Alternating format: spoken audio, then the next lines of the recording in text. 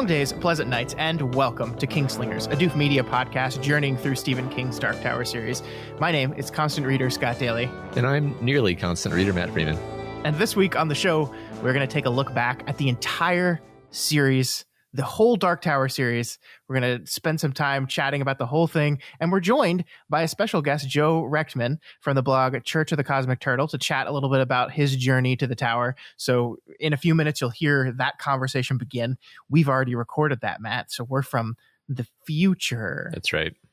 It was a very good conversation we had with Joe. He was a lot of fun to talk to, and we're so glad we got to kind of have him on to kind of help structure our conversation about this entire book. Then, after that conversation is over, we are going to wrap this episode up by answering the last few mailbag questions left over from last week, and including some that you guys sent us this week. And I think that'll be also a good way to just kind of structure our just talking about the series as a whole, funness, right? I agree.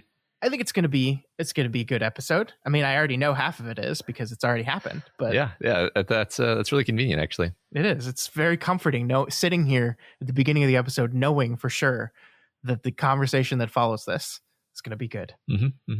Before we get into that, though, we did have some quick announcements. The first one, Matt, we got to talk about some madness. I could have done a better job saying that word. Explain what that is, Scott. So we're doing this thing called Doof Madness.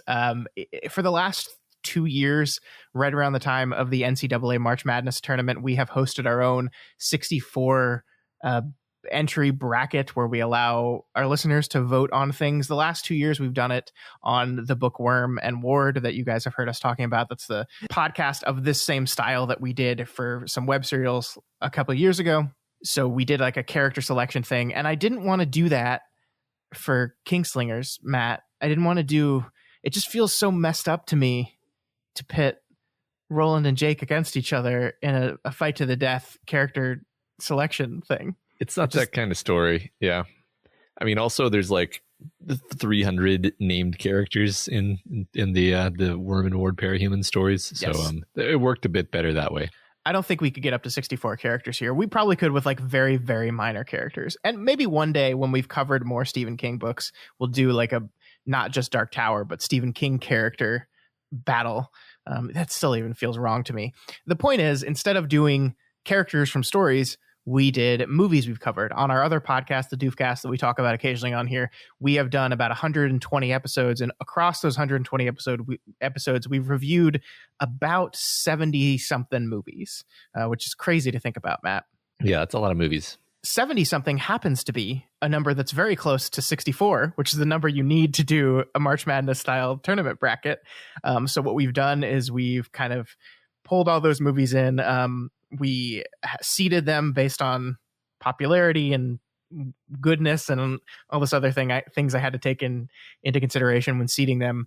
And we're going to match them against each other based on the seeds. And then folks are going to get to vote on them, which movie in each matchup they want to advance until we crown the best movie we've ever reviewed on the Doofcast podcast. It's a lot of fun. I really enjoy it. Each week on the Doofcast, we'll kind of make our own selections for each round and then read the results of the last round. And I don't know. I just have a lot of fun doing this, Matt, and people seem to enjoy it. So we're just going to keep doing it.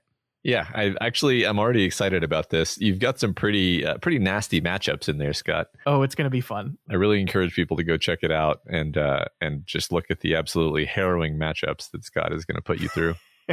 Yeah, you can see the entire bracket right now if you go to www.doofmedia.com/doofmadness, all one word. You'll also there see the voting we have open this week. The tournament technically does not start until March 1st, but because we had more than 64 movies, I decided instead of just deciding which movies didn't make it, I would do like a play-in round. So we have, I think, 8 matches to decide what the 15th and 16th seed of each of our different bracket areas is going to be. So those are some movies that were on the bubble, and you get to decide which of those make it into the tournament. And then we'll start next week on the big old matchups. It's going to be a lot of fun. So once again, that's doofmedia.com/doofmadness. We hope you guys participate, and make sure if you're going to participate, there is a spot on each of the polls to leave a comment. And when we go through the results, we like to read the comments. So write a comment as well. If you're having trouble deciding, or if you think it's super easy to decide between In the Mouth of Madness and Super Mario Brothers, let us know which one you picked and why. Oh my God. Well, it's easy for me to decide, but I don't know if many people would agree with me. So, and then one last announcement we have, Matt. It's March almost, right? And oh shit, it is. Yeah, and March happens to be the month that my son is going to start to exist in the world. Yeah. Which means our schedule for March is going to be a little bit weird. We have this very ambitious plan to record all of our March episodes in advance and just release them over the course of the weeks.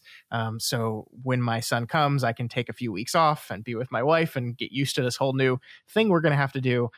That means, however, that the audience participation section of the show is going to make that hard, right? Because we're recording these episodes in advance, so we can't really do that. So for our read through of Wind Through the Keyhole, probably not going to have the discussion question answer section. I think I'll still pull a question for each episode, but we won't be able to read y'all's responses. It just, hopefully it will stimulate conversation, stimulate discussion, but we won't be able to talk about them on the episode. And that is, once again, it's a very ambitious plan. I don't know if it's going to happen. We're at the point now where baby could come at any moment. So we either will have episodes stored or we will maybe have to take a week or two off. But yeah, he's having a baby, people. God, you people are so demanding. This is all my own doing. This is no one asking for this. But we just wanted to give you a heads up if March looks a little weird. That's the reason. But it's okay because we finished all the big books. We just got the Wind Through the Keyhole now. It's easy. That's easy. Yeah. But that is it for announcements, unless you had anything, Matt. Sorry, I kind of bogarted the announcement section. No, I'm just eager to get into this interview that we're about to do yesterday. Let's now go over to our conversation with Joe.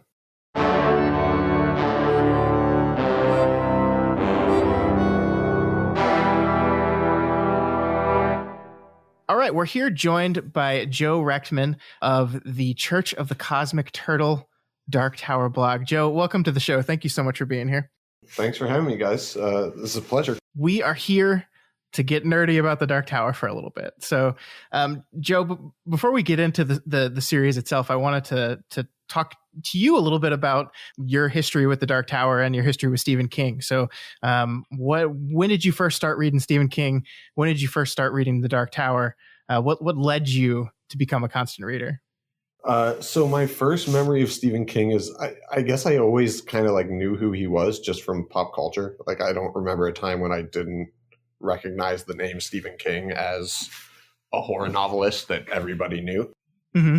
But the first time I remember picking up a book was I was in, it would have been the third grade, and I was over at a friend's house, having a play date. I used to go over to this friend's house after school every day. And his older sister, who was 4 years older than us, she was reading Cujo. And I was one of those kids who was super precocious. I thought I was super cool because I would read at recess every day. I in first grade, I was the kid who oh, he's reading chapter books and before everybody else. So, and so I had this hubris about me as a reader.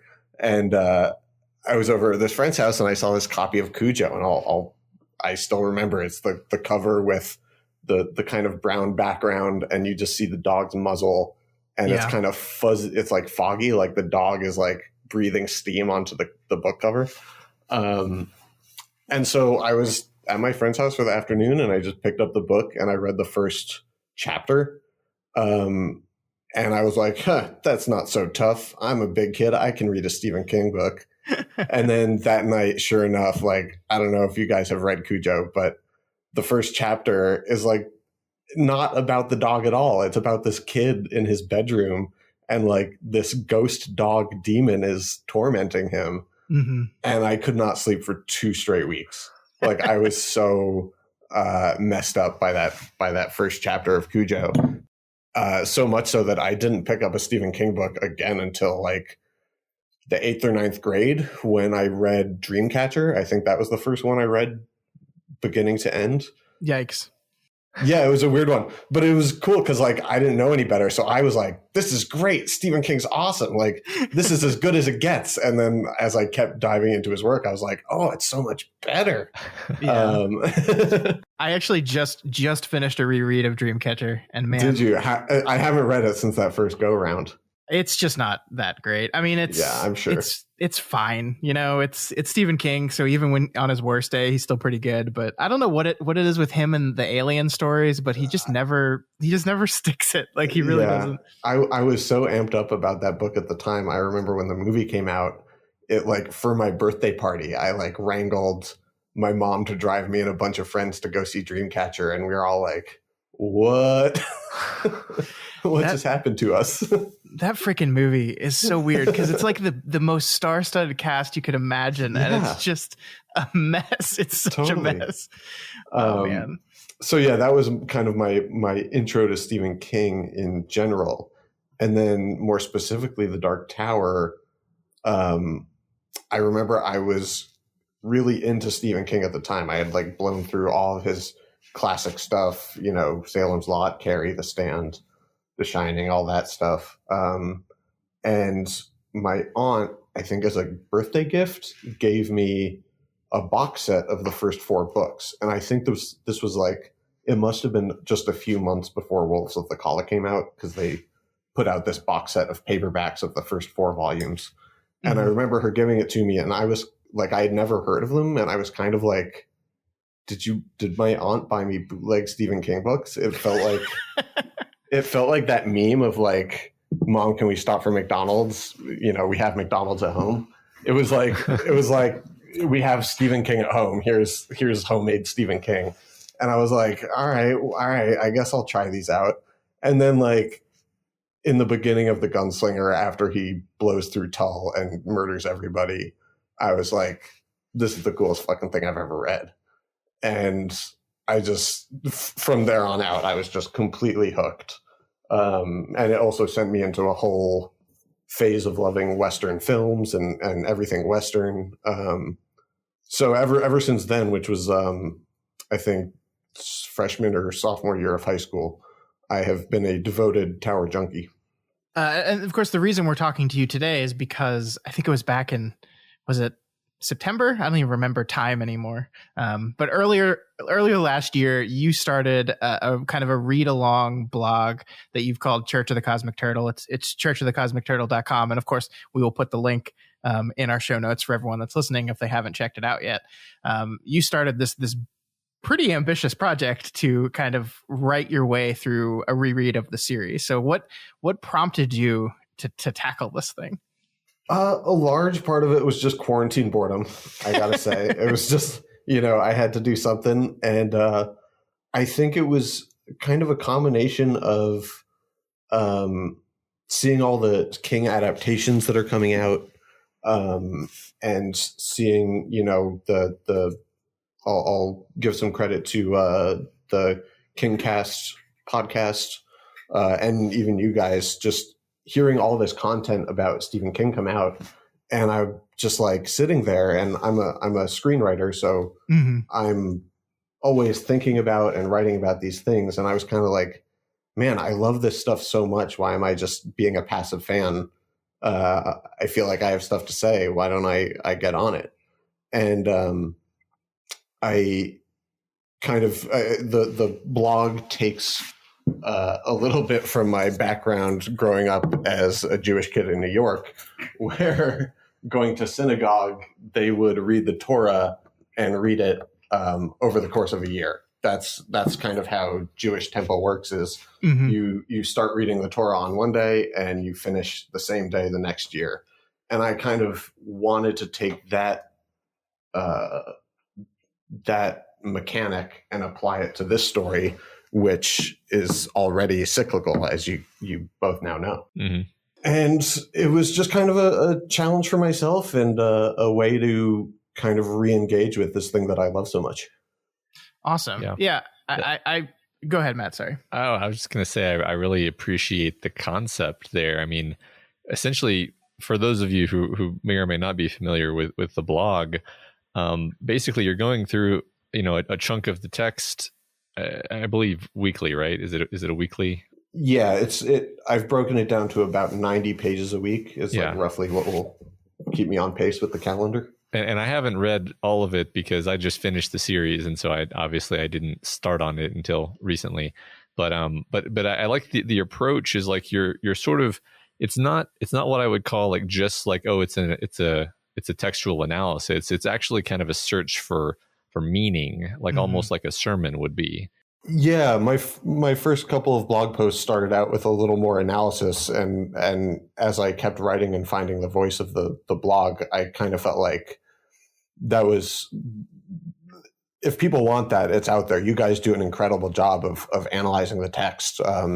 So I'm trying to take a more, I guess, it's called Church of the Cosmic Turtle, and that's half a joke but half true, because I'm kind of trying to take that approach to weekly sermons in a way. Yeah. Well, that's what's so special about the Dark Tower, is that it has all of this meaning in there.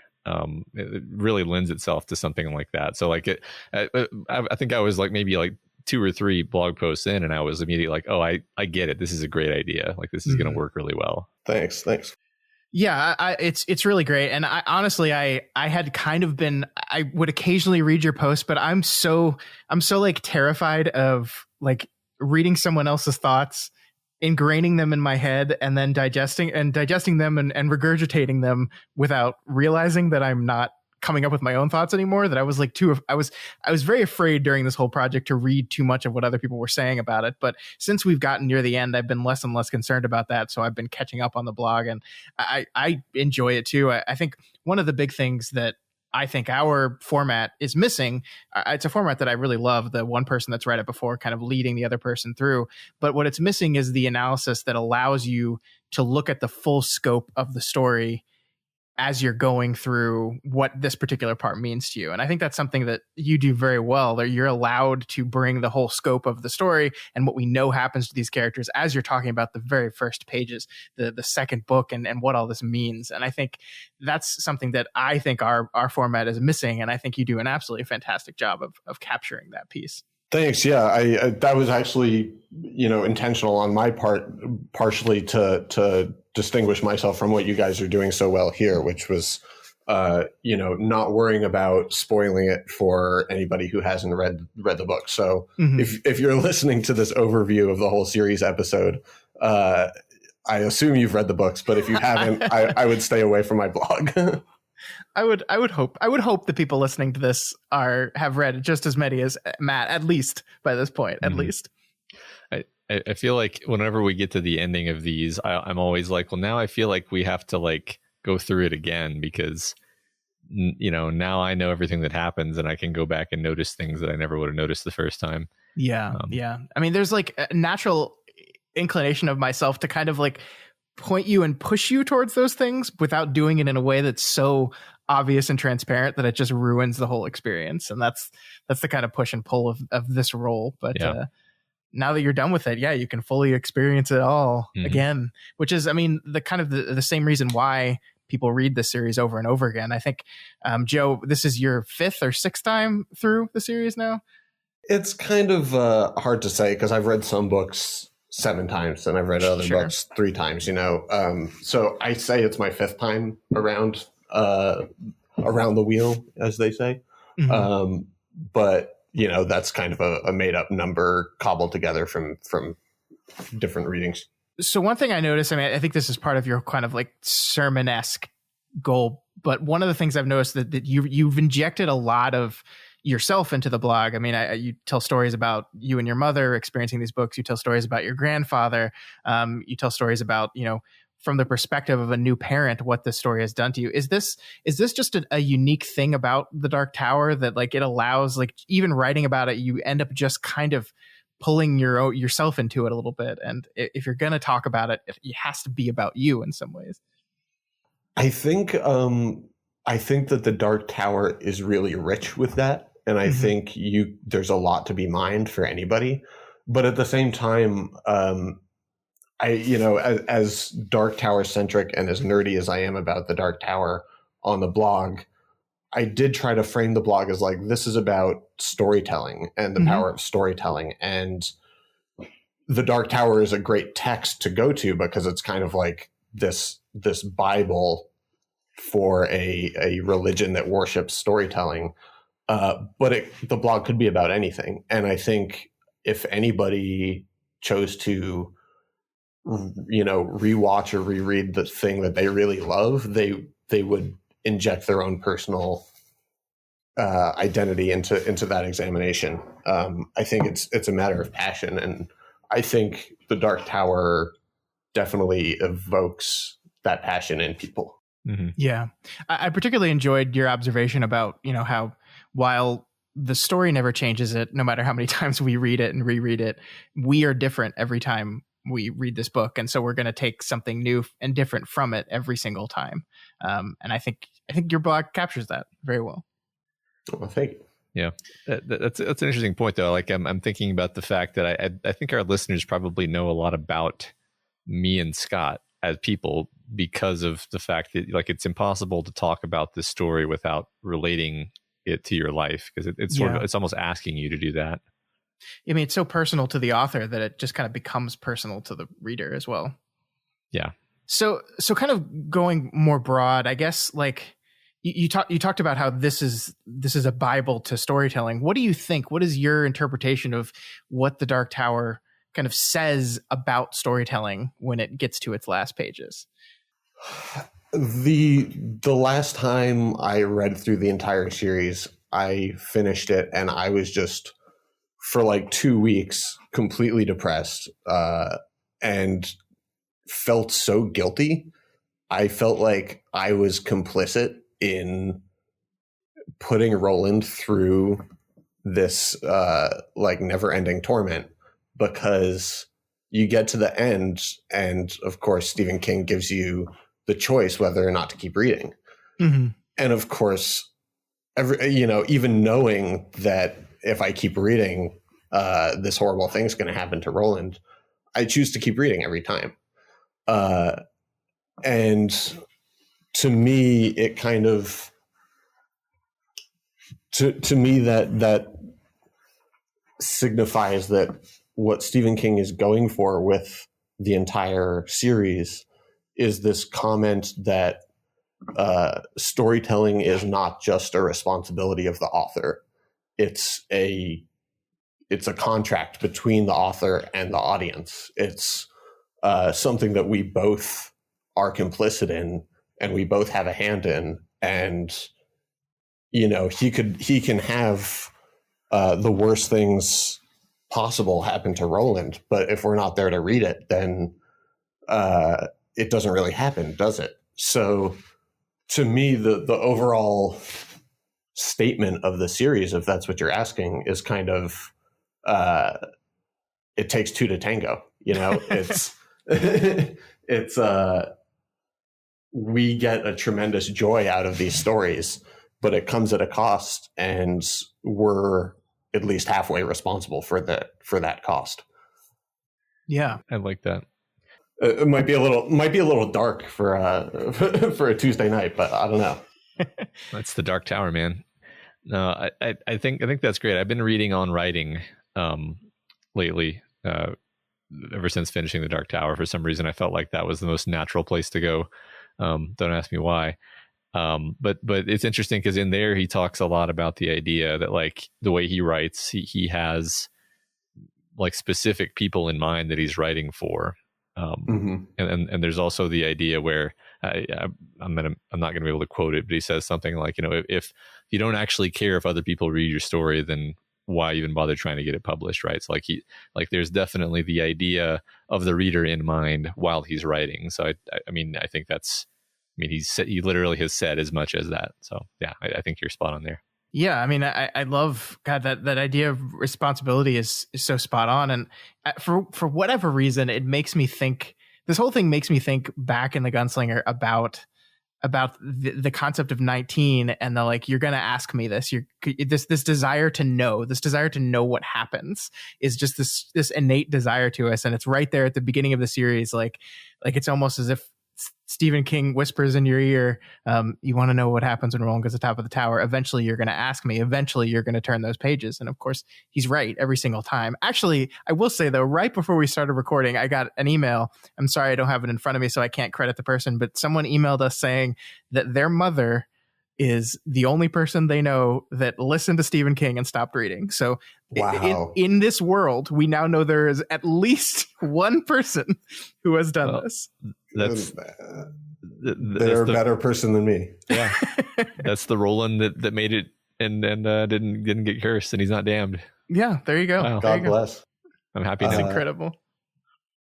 Yeah, something you just said, Scott, reminded me of something I had been thinking about this week. Kind of, originally I had been scheduled to come on the final book overview episode, and I had been thinking a lot about that final book and the Crimson King, especially, and kind of what the Crimson King is, who he is. And I remember you guys had a previous episode where you were wondering if the Crimson King is Roland. And I think maybe the Crimson King is the reader. I think there's a case to be made that we as readers kind of sit atop this tower with an omniscient view of the world of any given story we're consuming. And we have this insatiable greed to sow chaos. We want our stories to have conflict. And we sit on the towers watching over, demanding discordia in our stories.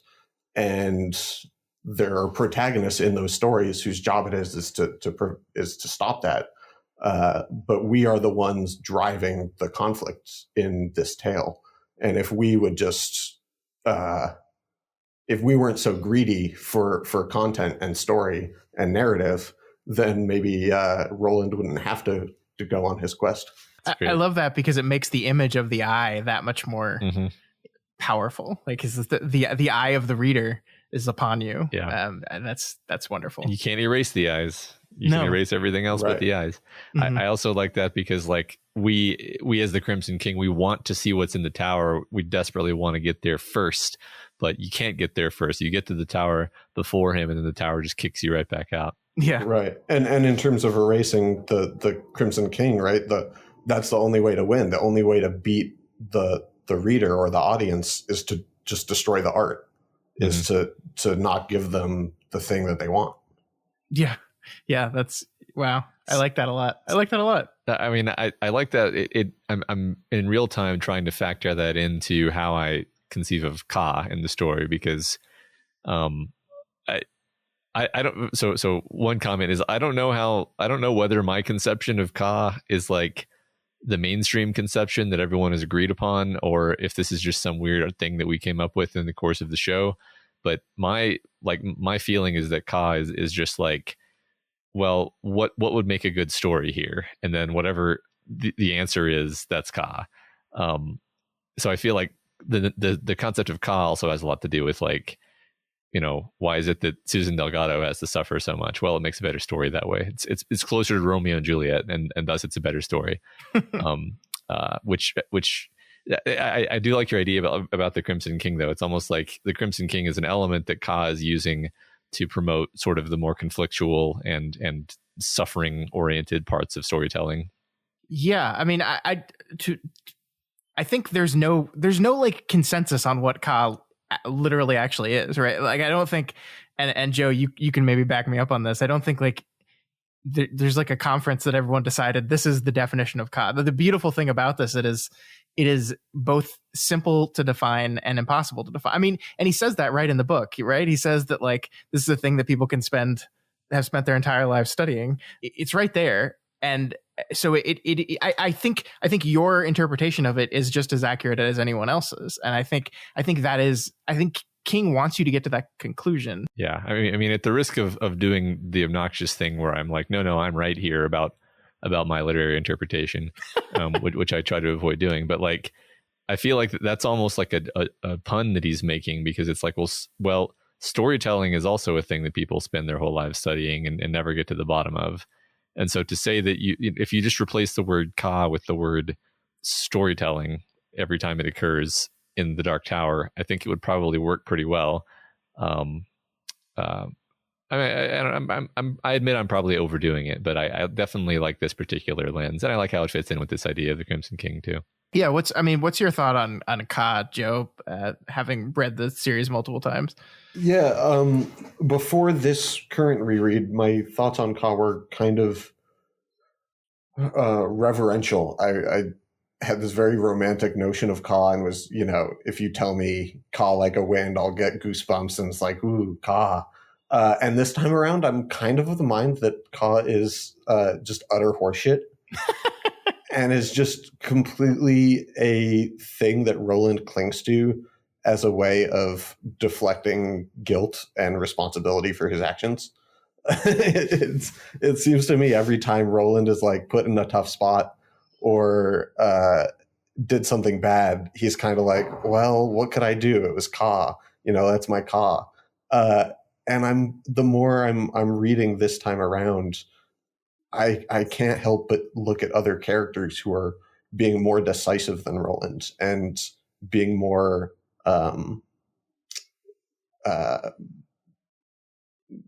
being more caring, taking responsibility for themselves rather than just kind of shoveling off responsibility onto this cosmic force.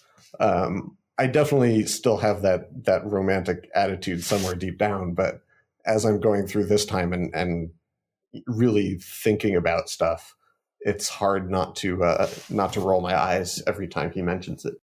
Mm-hmm. Yeah, I mean, so much what we do as people is try to attach meaning to seemingly random happenstance, right? Like, why did this happen in this way? Why did I reach the crest of the hill at the one point that guaranteed that this van would not see me in time to get back on the right side of the road?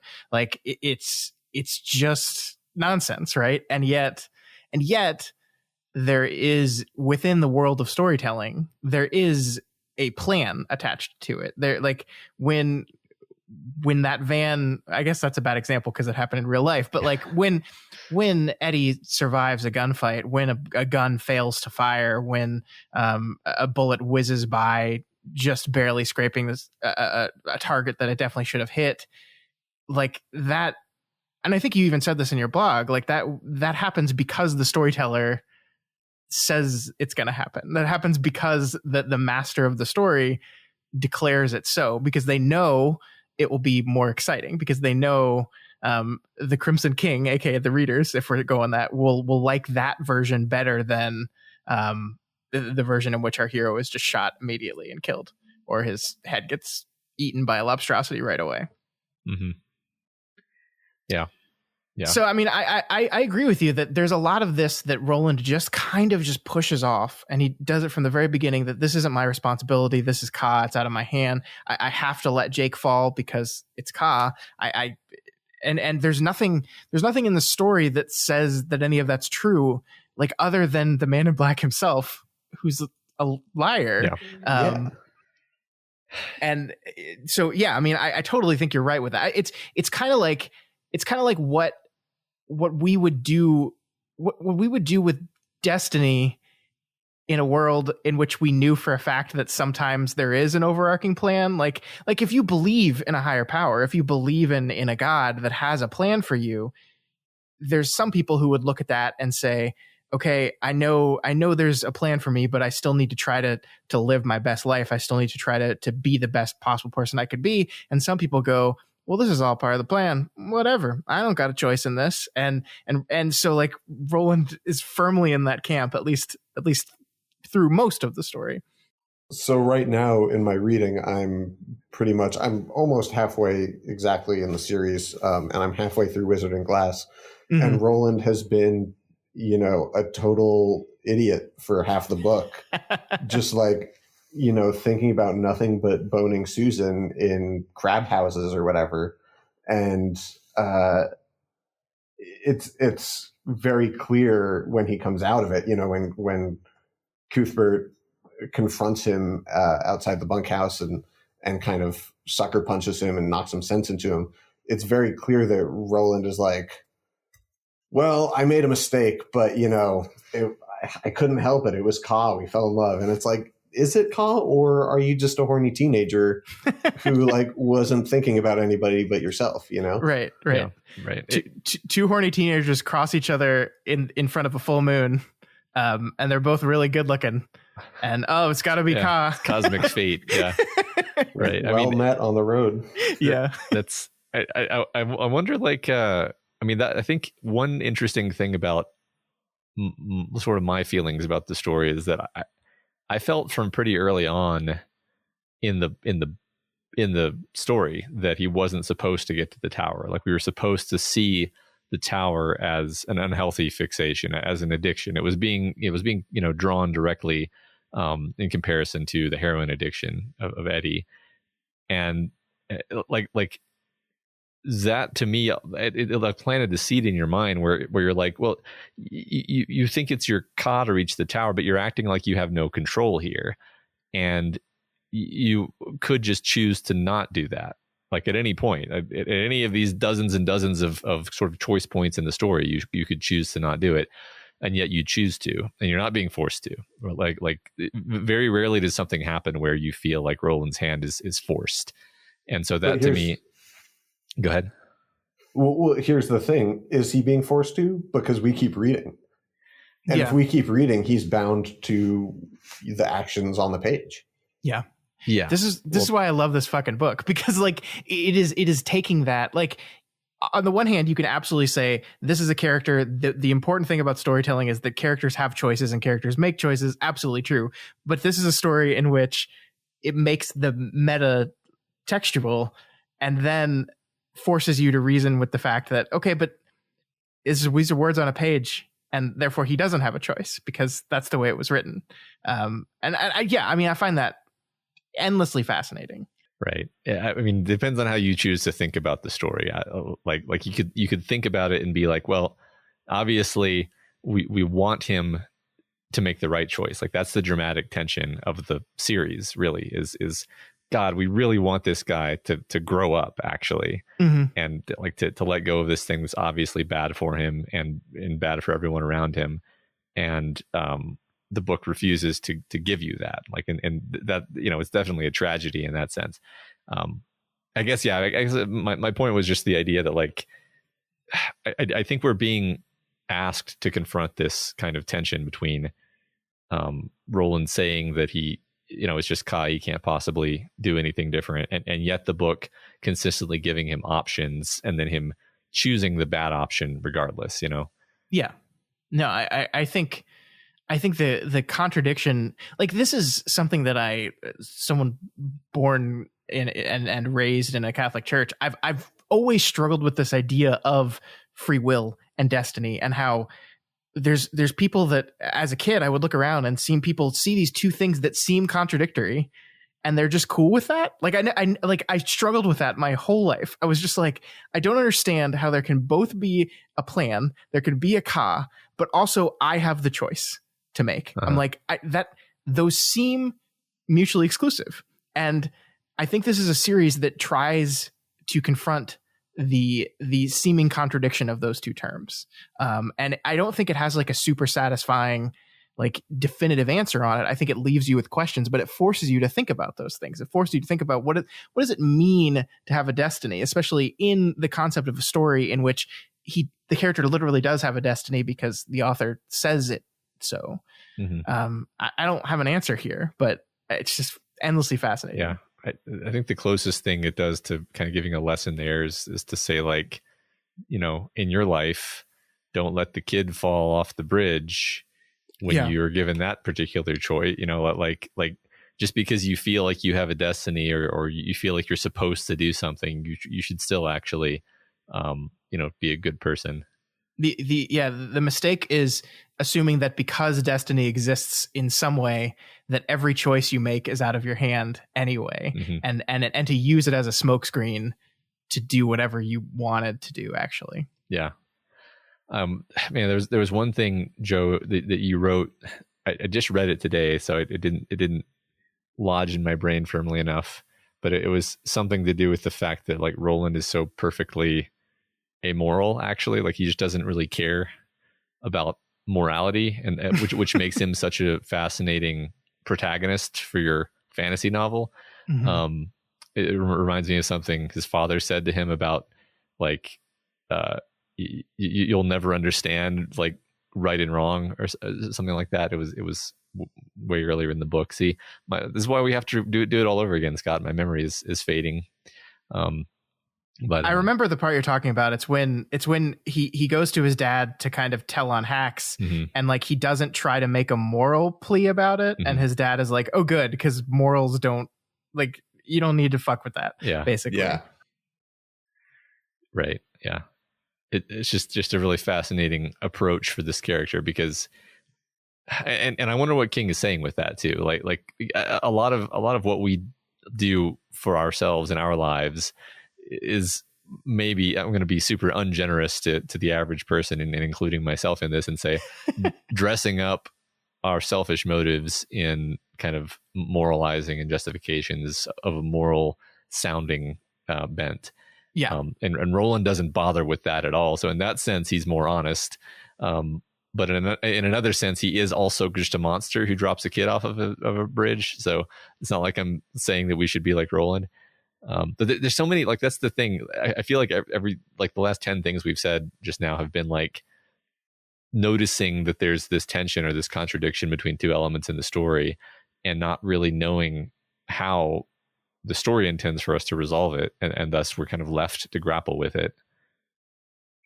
Yeah, I mean, Joe, you wrote about in the drawing of the 3. You wrote about how 3 being the magic number is actually bullshit. The number is 2, and that's because twinning is such an overarching motif throughout the concept of the story. The concept of 2, the concept of twinning, and we actually had a listener write in and say, throughout the series, mostly in the final 3, King plays with the idea of twins. How do you feel this doubling is represented thematically?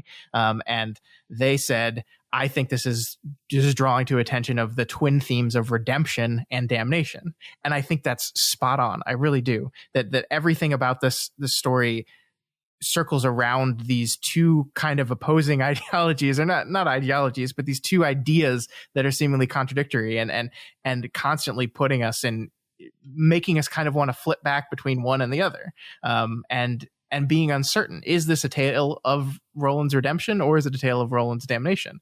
I don't know. It's kind of both, right? Is this a story of destiny, or is this a story of a man fooling himself with destiny? It's kind of both, right? I love this. I love this idea. Yeah, that's really well put, and I think it ties in well with a lot of the other things in the book, like, you know, Lud, the city of Lud. Did that used to be a utopia, or was it always this weird dystopian fucked up society? And things like, you know, you're constantly, things like the gunslingers of Gilead, you're constantly questioning, like, were they actually good? Because it kind of sounds like John Farson wanted to bring democracy to Midworld. Yeah. So you're constantly going back and forth of like, who are the good guys? Who are the bad guys? You know, what's actually right and what's actually wrong? And in the reading I just did this week, you know, Cuthbert says something especially interesting. I thought he says, you're right, but you're right for the wrong reasons. And that makes you all the way wrong. And I could not stop thinking about that, of like, the idea that something could be so right that it's wrong, and vice versa. So Joe, one question I had for you that I think I have to ask everyone that's read the series: what is your favorite book in the Dark Tower series? My favorite book has got to be Wizard and Glass, and it's not just in the Dark Tower series. That's like all time Stephen King, any author. Maybe tied with East of Eden, but like Wizard and Glass is an incredible book. My absolute favorite. I totally agree with that. Has that been like since the first time you read it? Has your favorite kind of changed and moved around over time? Or I think probably since the second time I read it. I think it took me a couple. And I will say it's also like it's neck and neck with Drawing of the Three. I just think Drawing of the Three is an incredible piece of pop fiction. Like it's just so goddamn entertaining. It really is. But in terms of, I mean, the writing in Wizard and Glass, I'm highlighting pieces of prose that are just gorgeous. I mean, it's clear how much he studied poetry when you read that book. Yeah, I'm right there with you. I think at the beginning of this, I would have called it my favorite book in the series, and probably my favorite book, one of my favorite books ever. But it's a remarkable novel. And I guess while we're talking to you, Matt, do you have a favorite book? Matt, do you have a favorite book in the series? I mean, I think that Drawing of the Three is entertaining. I think is the perfect word for it. It just blows you away with how fun it is. Mm-hmm. And so that's the one that always jumps into my mind first. But I think that's the one I've read the most. Yeah. I mean, there's so many moments, just in terms of like moments where you're just, either just kind of in awe of the situation that he's created, and just enjoying the hell out of it. I think that one tops it. But I mean, there's a lot of moments in the Wastelands that I adore. The whole Blaine sequence, which I guess technically spreads across 2 books, is one of my favorite parts of the story. So yeah, I mean, Drawing of the Three definitely is probably the one that jumps to mind first, though. Cool. Joe, what are you? You're on your favorite book right now. You're about halfway through it, so you're going to be moving on to the next books in the series, the later books in the series. What are you kind of looking forward to most about really diving into those later books, which a lot of people think are not as good as the first 4? Yeah, I'm looking forward to, I would say, mainly the final book, largely because it's my least favorite, and I think I've repressed a lot of it for a number of reasons, like partially just because like it's so sad and traumatic, and also because the first time I read it, and this is just like I don't know if I've ever actually like said this out loud because I've honestly tried to repress this, but the ending of the series was spoiled for me when I was like halfway through book 7. Oh, that sucks. In like the worst way. I was just sitting there reading and put the book down for a second, and my older brother came in, who did not read the books, did not care about the books, couldn't care less. He picked it up and he was like, "Can I read the last line of your book to you?" And I was like, "No, fuck off." And he picks up the book and looks at the last line, and he's like, "It won't spoil anything. I promise. It doesn't mean anything." And I'm like, "All right, I get, if it'll get you to leave me alone and like get out of this room, sure, go for it." And he read the last line, and I was just like, I like went into shock and just like tried to convince myself I never heard it. But deep down, it was always there. Of course, yeah. So I'm excited this time around to kind of go through and look at it more like a little more clinically, a little more removed from it, and really just kind of dig into the details of what's actually there. Because honestly, everything from like the Battle of Agol-Ciento on is just a blur in my mind, and I'm really excited to kind of commit that book to memory. Mm-hmm. Yeah, it's such an interesting book because I think it's not that I've repressed it. I don't know. Like when I thought about that book before this project, I thought about the big moments, right? I thought about Eddie's death, Jake's death, Oi's death, and the ending. And that's really the only things I thought about. And there's a lot of book in between all that. There's a lot. And I wonder, I mean, I don't want to say that speaks to the quality of the book or not. I wonder if it's just those big moments are so overpowering that it drowns out a lot of everything else that's happening throughout the story. I'm not sure. I don't know. Like, it's interesting. I think due to the way that we've read the book, like the sort of artificially spaced out fashion, I like the first thing that I think of when I think of the final book, The Dark Tower, is just like all of the ring structure elements where you begin to repeat elements from the first book, the first couple of books, and all of the Lord of the Rings elements, of course, which is not something we've talked about with Joe yet. But of course, I'm going to talk about Lord of the Rings with Joe. Joe, how do you feel about Lord of the Rings? So my feeling about Lord of the Rings is that I really enjoyed the movies as a young adult, and I tried to read the book several times and just never penetrated it. So you've broken poor Matt's I know. heart. I apologize. I knew I was going to have to say this on here. Unfortunately, I'm not as well versed in the saga of Middle Earth. No, I mean, I have to bring it up because I really do think King is loves Lord of the Rings and is really sort of channeling a lot of Lord of the Rings stuff here. So that's absolutely. Yeah. You're spot on. From what I know of those books, and I don't know nothing. I've seen the movie many times, and have kind of absorbed through friends a lot of the details. There's clearly a ton of crossover and references.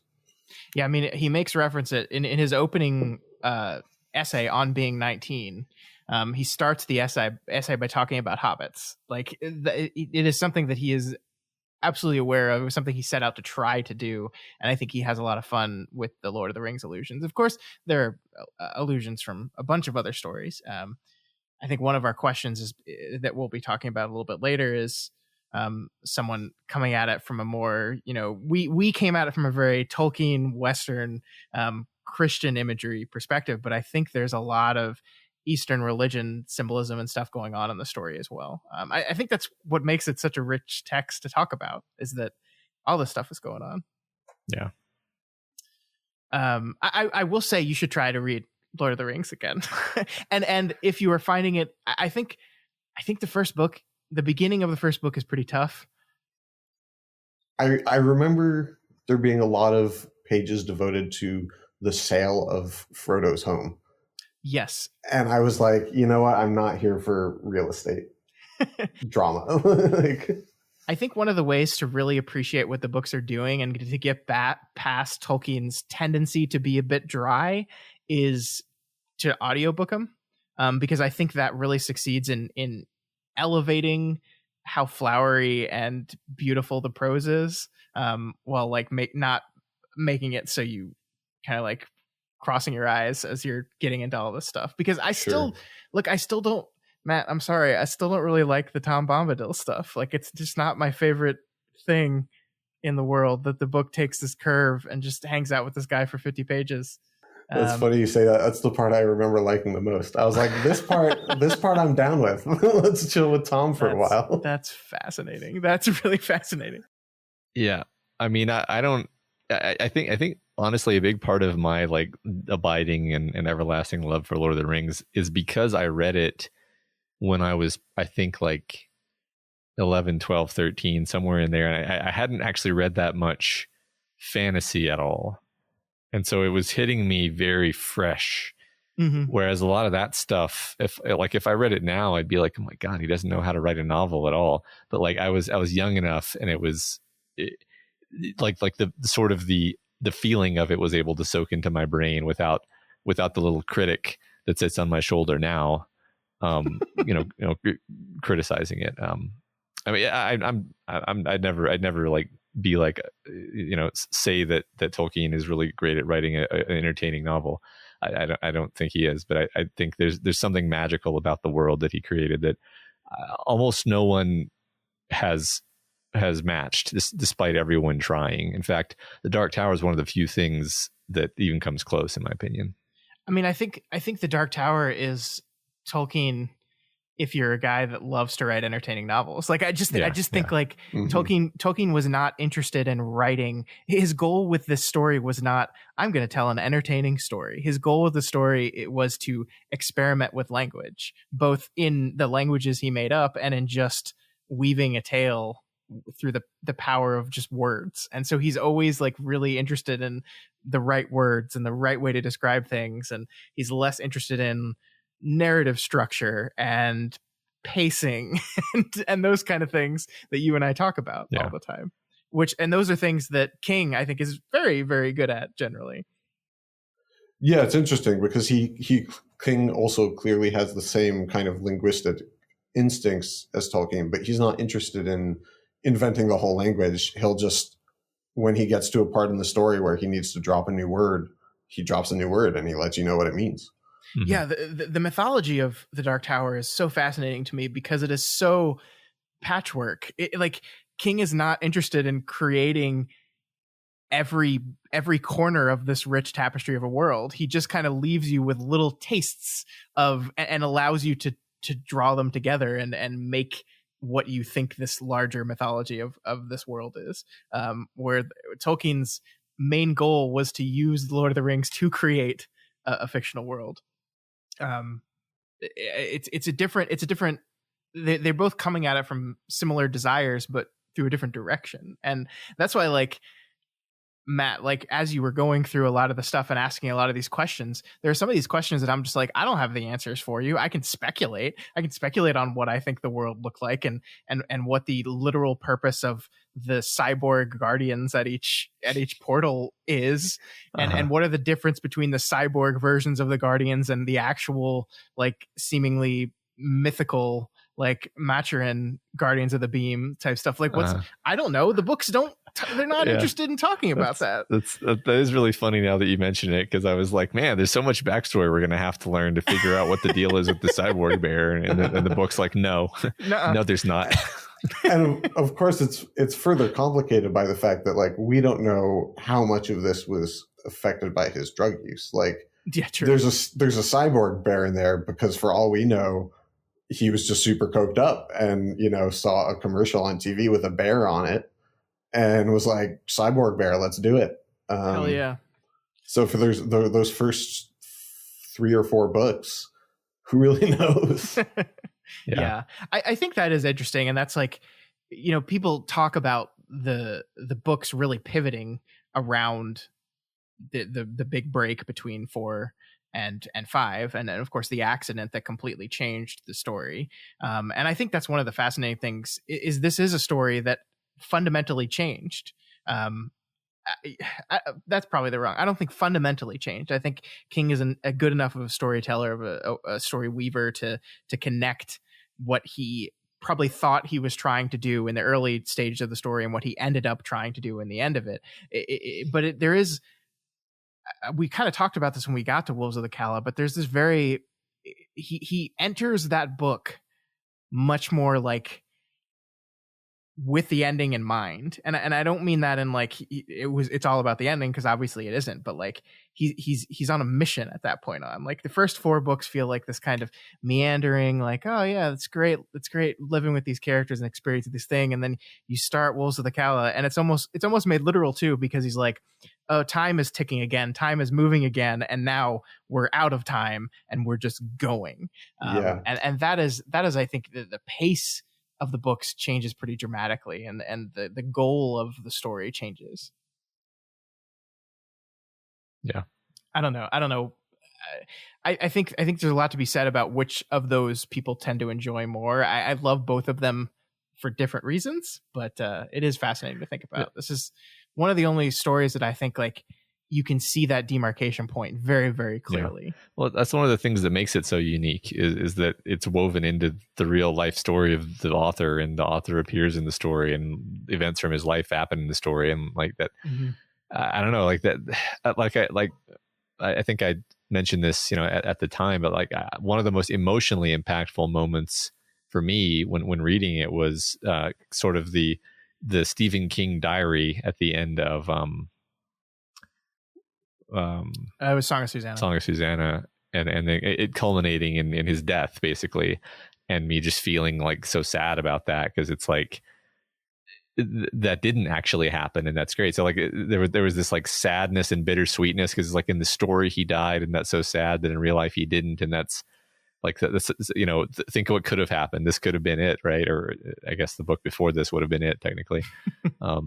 It's so unique, and you could just endlessly dig into it, which is what we've been doing. Yeah, Joe, what's your overall feeling about King's choice to write himself into his narrative? I really think it's just a master stroke. I don't think unprecedented. I think he does it as early as Drawing of the Three or The Wastelands, where he first mentions, I think, the movie The Shining or something. Yeah. So I was never fully caught off guard by it, and I was always totally psyched for it. I just, it's so unique, it's so different, and it's so effective on different levels. I mean, it's effective narratively, for me at least. I find it effective narratively. It's obviously effective in terms of thematics. As we've been talking about, this series is all about storytelling and the relationship between character, author, and audience. So it makes total sense thematically. And it's weird. It's kind of what I love about The Dark Tower, is it's always taking these left turns that you're not expecting. And you mentioned the diary segment at the end of Song of Susanna. I get chills every time I read that. And part of it is, like you said, the idea of him dying in the story. And part of it is just the mythology of Stephen King. He uses his own character as a way to make himself seem like this, like the coolest writer in the world. And yet he does it in a modest way. He makes himself seem like this bumbling aw shucks guy, but at the same time, he's writing about how he's the vessel for this story that's bigger than him, and these stories just flow out of him like magic. And I'm a writer. That's bullshit. That's just not true. That's not, one time I have experienced like writing a story that kind of felt like it was just coming out of me. But even then, it still was a ton of work, and it didn't just come out of whole cloth. And I just think it's so brilliant the way he kind of mythologizes not just himself, but the idea of the word slinger. Yeah, I also just really like the idea of a man who has just, barely survived a horrific accident, is now sitting down and writing a diary of his life that he chooses to conclude with his death. It's just such a powerful move to kind of like be writing your own eulogy in a way that's like summarizing the last 20 years of your life. And then it's like, it's almost him playing with a what if experiment of what if I had died there. And I think a lot of these books is him just personally dealing with his mortality and wondering, trying to get an answer to the question, why did I survive? And we talked about this when we got to it, but simultaneously, why did I survive? And why did this horrible thing happen to me? Which are two incredibly profound questions that have no easy answers. And he's wrestling with those answers through these characters. And the fact that he kind of makes literal the idea that storytelling is what saved his life on more than one occasion. It's the telling of stories, the creating of characters and worlds. They are what saved him. It's beautiful. All right, Joe, I as a screenwriter, I of course had to ask you this question. If you got to adapt a Stephen King story, it can be Dark Tower, it cannot. What would you want to take on if you were given that option? It would definitely be Dark Tower, and that terrifies me. But like, I would have no choice. It would be a disservice to myself and anybody watching the movie to choose anything but the Dark Tower. Yeah, that's fair. I mean, how would you even begin to approach that? Obviously, they've done a movie. There was going to be a show, and there's not. Would you want it to be long form storytelling? Would you have the confidence that you could tell a movie that captures what the Dark Tower is? I think here's what I'm confident in. I think I'm confident that I could write a trilogy of movies that would be Lord of the Rings in length. They'd be long movies. But I think I could write 3 movies. One would be the first 2 books and the beginning of The Wastelands compressed into one film, where the first movie is you're watching Roland draw everybody, including dropping and then redrawing Jake. And the movie would end with Jake finally coming back and the quartet is complete and they're ready to set off on their journey. The second for the other two movies, I'd be cutting out book 4 and I would just go straight into the kind of conclusion stuff of Wolves of the Kala, Song of Susanna, Dark Tower. I don't know exactly how they get split up, but to me, I think you can do 3 epic movies as a trilogy to get the bulk of the series. And then once you have a fan base from that, then you can always do one-off Wizard and Glass movies or shows or, you know, Wind Through the Keyhole, whatever you want to do. Once those characters are established, it's a playground. So I think a good 9-hour trilogy would get us what we need. And then from there, we'll have a whole expanded universe. Awesome. I'm on board. Let's do it. Yeah. I can't wait. We will eventually be watching the movie, and I'm going to force Matt to watch this thing and then to make him tell me how it made him feel. And I'm really interested to hear what you guys think. It's something. It's really interesting. I find it fascinating. I have not seen it since I saw it in the theater. I went out and I bought the Steelbook 4K version of the movie when it came out for, I don't fucking know why, because it said The Dark Tower on it. So I bought it. And I have yet to watch it because I just, so this will be only my second time watching it when we get to it. So I'm really interested to see how this all shakes out. It's going to be something. All right. I don't think I had anything more, to ask you. Could you once again remind our listeners where your blog is and if they want to follow you on Twitter as well, how they can do that? Yeah, you can find the blog at www.churchofthecosmicturtle.com, and I am on Twitter at cosmicturtle19. All right, and as you said, you are in the middle of Wizard and Glass.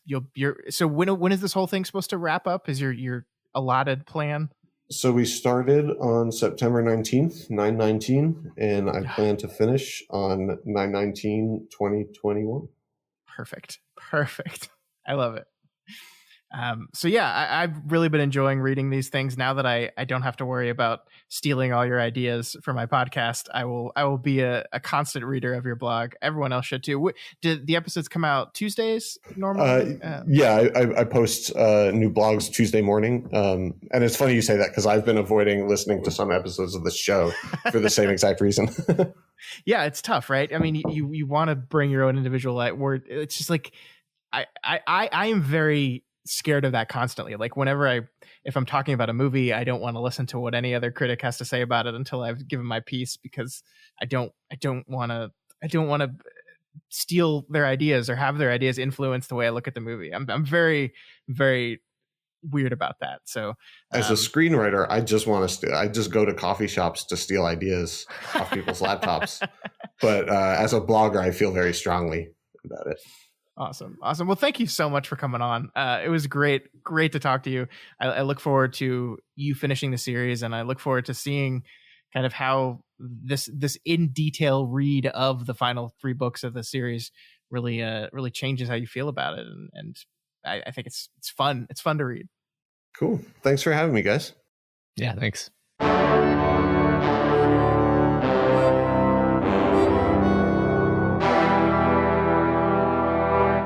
Wow, what an interview. I can't even believe it.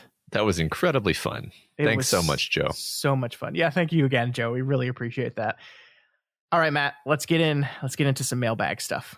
Okay. So the first question we had, and this is actually a question that several people asked us, and I kind of just pulled 2 different conversations around this to kind of just have us talk about this question generally. The big question people wanted to know is why the desert? Why did the loop go to this point in the story? Trumpet Cop says, "Don't get me wrong, I loved the last line, and the first line is absolutely beautiful, but why there? Why there?" And Andrew C. says, "Do you think there was a specific act that damned Roland to hell? If so, what do you think it was?" It's interesting that the repetition point wouldn't be there, but instead be a moment in the Mohaine Desert? Why not make him relive his original sin, so to speak? So there's a lot of questions, a lot of like, why did the loop go there? And more than just because then the book could end on the last line, and that's really wonderful and beautiful. So there has to be an in-world reason, right? So what do you think, Matt? Why there? Yeah, I thought about this a bit, and I guess I decided that it's because that moment is really more or less right before he meets Jake. Because I mean, it was easy to forget this. I sort of forgot this myself, but like that moment is actually like after all of the Tull and Brown stuff. Like he's remembering back to that. Yeah, it does that. Is that like story and a story and a story and a story structure thing? Exactly. And so that's like the last thing that happens before he finds Jake. And so finding Jake is the beginning of his road to possible redemption. And then that road leads through, I mean, basically fucking it up completely by dropping Jake, but then sort of getting a second chance with the rest of his quartet. And also just in terms of, so that's my number one answer. And then I sort of have a backup answer, which is like, Ka, I still think is the force of storytelling. And, you want to start the story as close to the end as you can. Sure. And if Roland is indeed a Kamai, then the point is to just redo the story, right? Not his whole life, but the story. Because that's the way Ka would think about this. If we want to personify Ka for a second, which is sort of Stephen King, sort of. Sure. What do you think, Scott? Here's what I think. And I swear to God, I'm not being callous here, but I think Roland's original sin is letting Jake drop. I think it's obviously not the first thing he's done wrong, right? Obviously not. But if you look at the things he did wrong before this moment, sacrificing David, turning away from Susan, making the mistake and assuming that Susan was safe when she actually wasn't, shooting his mother. These are things he did in childhood. They're mistakes he made. And I'm not trying to minimize these mistakes, I promise. But he was a kid and he made stupid decisions and he was tricked and he was manipulated and he fell for it. Those are bad things, certainly. But the point of making mistakes when you're a kid is to learn from them. And now hopefully the mistakes we make when we're children are not accidentally shooting our mother in the face when we think she's a witch. But I think those are things that, he was this brash kid who wasn't able to think around corners and he fucked up. And I think letting Jake die is really the first big mistake we see him make in which he really should have known better. Mm-hmm. And so I think that is his original sin. And so I think we keep going back to this one moment that, yes, he made these choices when he was younger and they were bad choices, obviously. But this is the thing that he really should have known better. That, like, because letting Susan die, like, he just didn't comprehend the full scope of the situation, right? Like, he got kind of temporarily whammied by this thing and fell in love with this idea of the tower, and it distracted him from Susan, and it was the wrong choice. Absolutely. With his mother, the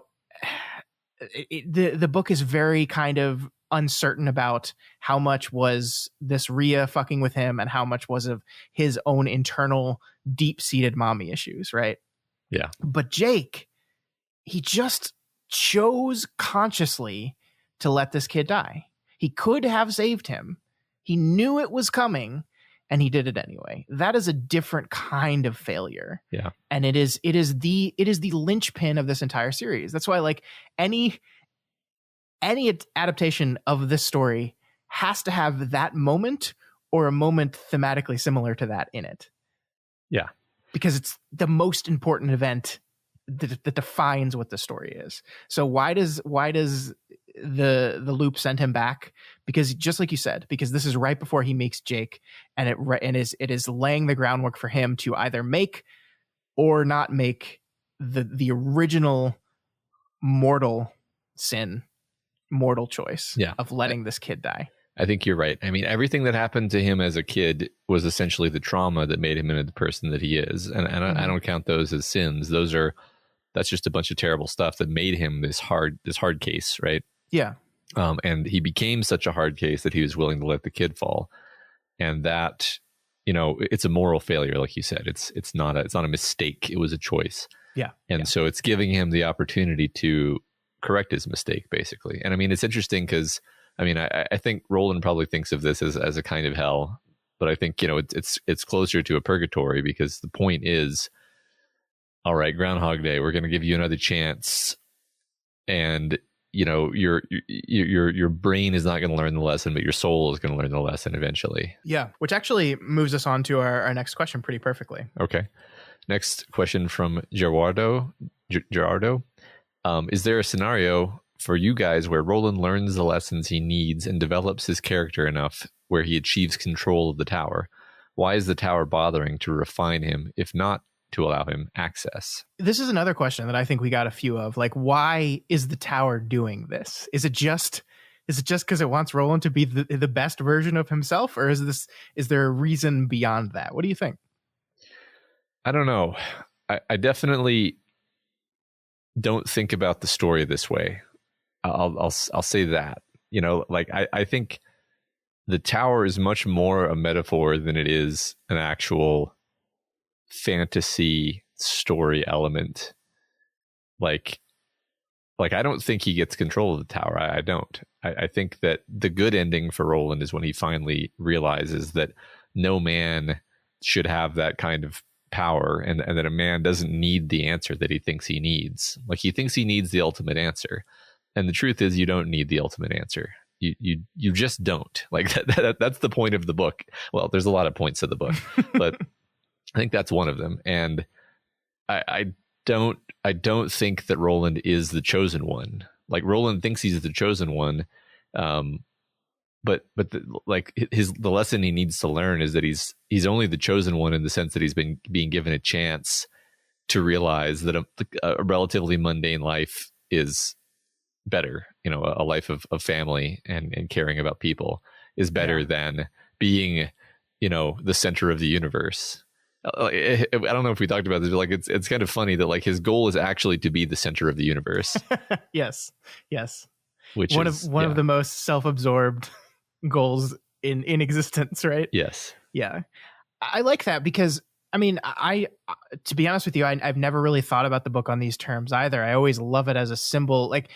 To me, it's like asking the question, why is Phil going through those loops in Groundhog Day? Like, what does the universe want with a better version of Phil?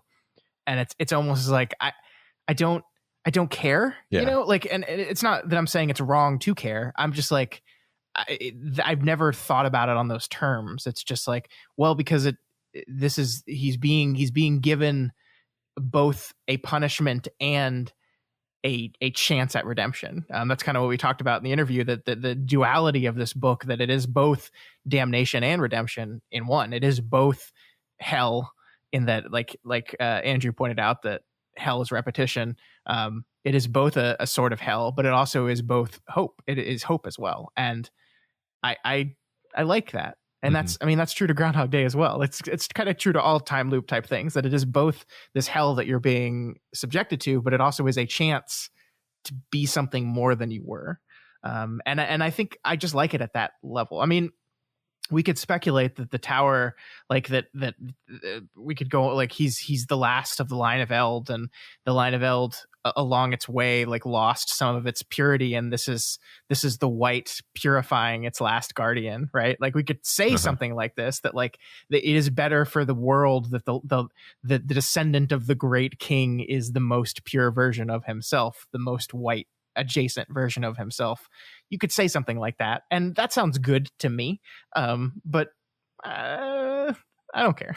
Yeah, I think of it like the assertion that the nature of the Dark Tower is to purify this specific man, but bigger than that, the purpose of the Dark Tower is to sort of give everyone a chance at redemption.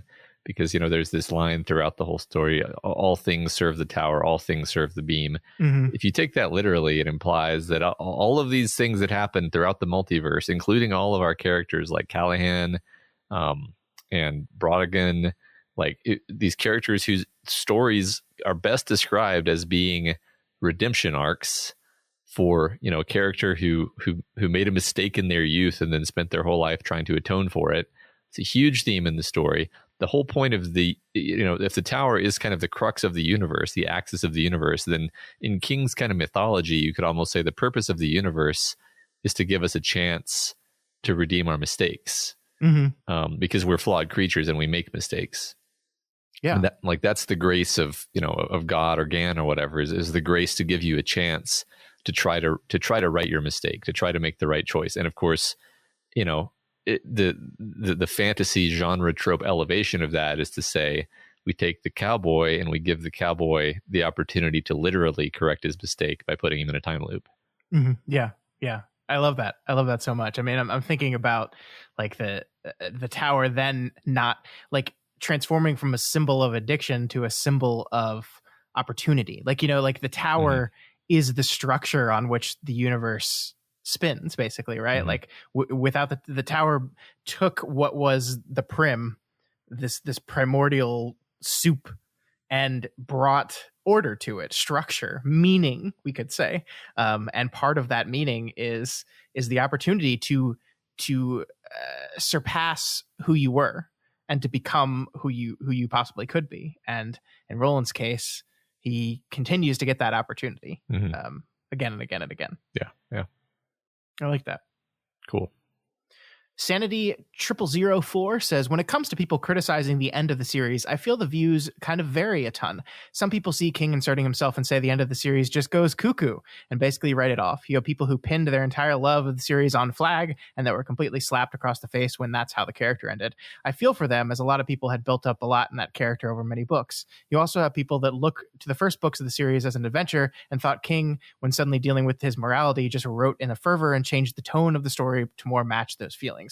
What I'm mostly asking is, how do you feel about the degree to which people's issues with the series' last few books vary? Do you feel any of them have merit on their own? Do you mostly think they're complaints by people missing the point of the series? It's a tough question. Yeah, I mean, okay, there's a lot to say about this, honestly. So one thing that we frequently say in conversations, usually about other things, because we talk, you know, a general Doof cast is just like about one movie or one book or what have you. So most people are not necessarily aware of the reasons why they didn't like something. And so I do think that a lot of the criticisms that people throw at the book, at the series, if they didn't like it, are probably off base. Like for example, the idea that they're really mad at the book because Stephen King inserted himself into the book. I'm just like, okay, that's not what, like, if you didn't like it, that's not why you didn't like it. Like that, it's definitely weird, and maybe it was kind of jarring to you and not what you thought the story was. But that is what the story is. So going from there, like what about the story became unenjoyable for you? Like for me, I like the Dark Tower, the final book, is so sad and depressing compared to all the prior ones. Like if I did love it, but if I were going to guess why people didn't like it, I'd be like, are you sure it's not because it was just like an incredibly sad book? Like especially compared to something like The Drawing of the Three, which is just like an Indiana Jones movie in terms of like just fun. Sure. So like that's the first. I'll let you react to that before I just continue on this track. I try really hard not to judge people for not liking things, you know, like I try very hard. The only exception to this is like, one of the only exceptions to this is the ending of this book, because this is like, we joked about how I argue with my dad about it every time I see him, and it's true. I really feel like if you're mad at the ending of this book, at the way it ended, it upsets me, because I feel like you've just missed the entire point of the series. Like that, and that's what I tell my dad. It's like when he's mad, I'm like, you've missed the point of the thing. That's the whole point of the thing, and you missed it. But generally, like, I think when people don't like something, the reason I'm generalizing, but it is all to do with expectations. It is what you expected versus what you got. And if the thing you expected matches the thing you got, you tend to like it. If it surprises you in certain ways, you like it. But if it surprises you in other ways, you don't. And I do think a lot of the critiques of this book come from people who expected the series to be a certain thing and then watched as it pivoted to something else. Because I think we talked about this in the interview. It is absolutely true that the last 3 books in the series take this thing in a different direction. And I mean, I think that's true for the series as a whole too. Like, I think one of the things King is trying to do is, we talked about this many times throughout the course of the show, is he's playing in genre and he's hopping around genre and he's moving from one thing to another seamlessly. And so if you got into this because you were expecting a book like Drawing of the Three or a book like The Wastelands, and then suddenly it's not that anymore and you feel ripped off, and so you don't like it. Yeah. I don't know. Yeah, I think that's a big part of it, especially relating to the characters. I mean, I usually say that if somebody's not into a movie or a book, it's usually because they're not into the characters. Sure. And I think that ties into expectations, because like if you're really having a great time with Eddie Dean, and then the book takes him away from you in a way that doesn't even feel very heroic or you could say earned, then that's going to be really disappointing. That's going to piss you off. And then the book does it 2 more times after that. So like, the question was, do you feel that these criticisms have merit? And I guess I'm like, I totally understand somebody not liking it. I just would argue with anybody who would say like, oh, this was a mistake. This was poorly done.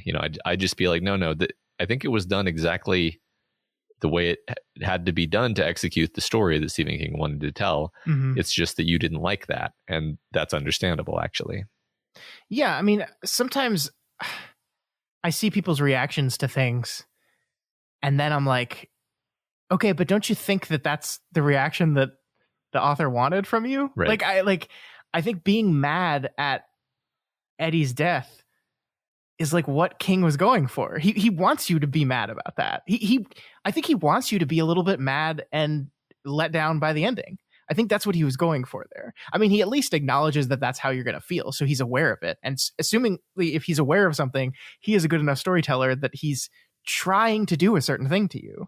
And so I think sometimes we get so wrapped up in how we just feel our gut feeling that we don't stop to say, okay, maybe that's what he was going for. And it's fine to not want to go to entertainment for that. Like I personally, I love it. Like if I'm reading something and the author pisses me off, I love it because I'm like, look what you did. You manipulated my emotions. You made me feel a thing. Yeah. Wow. There's words on a page and you made me feel something. That's incredible.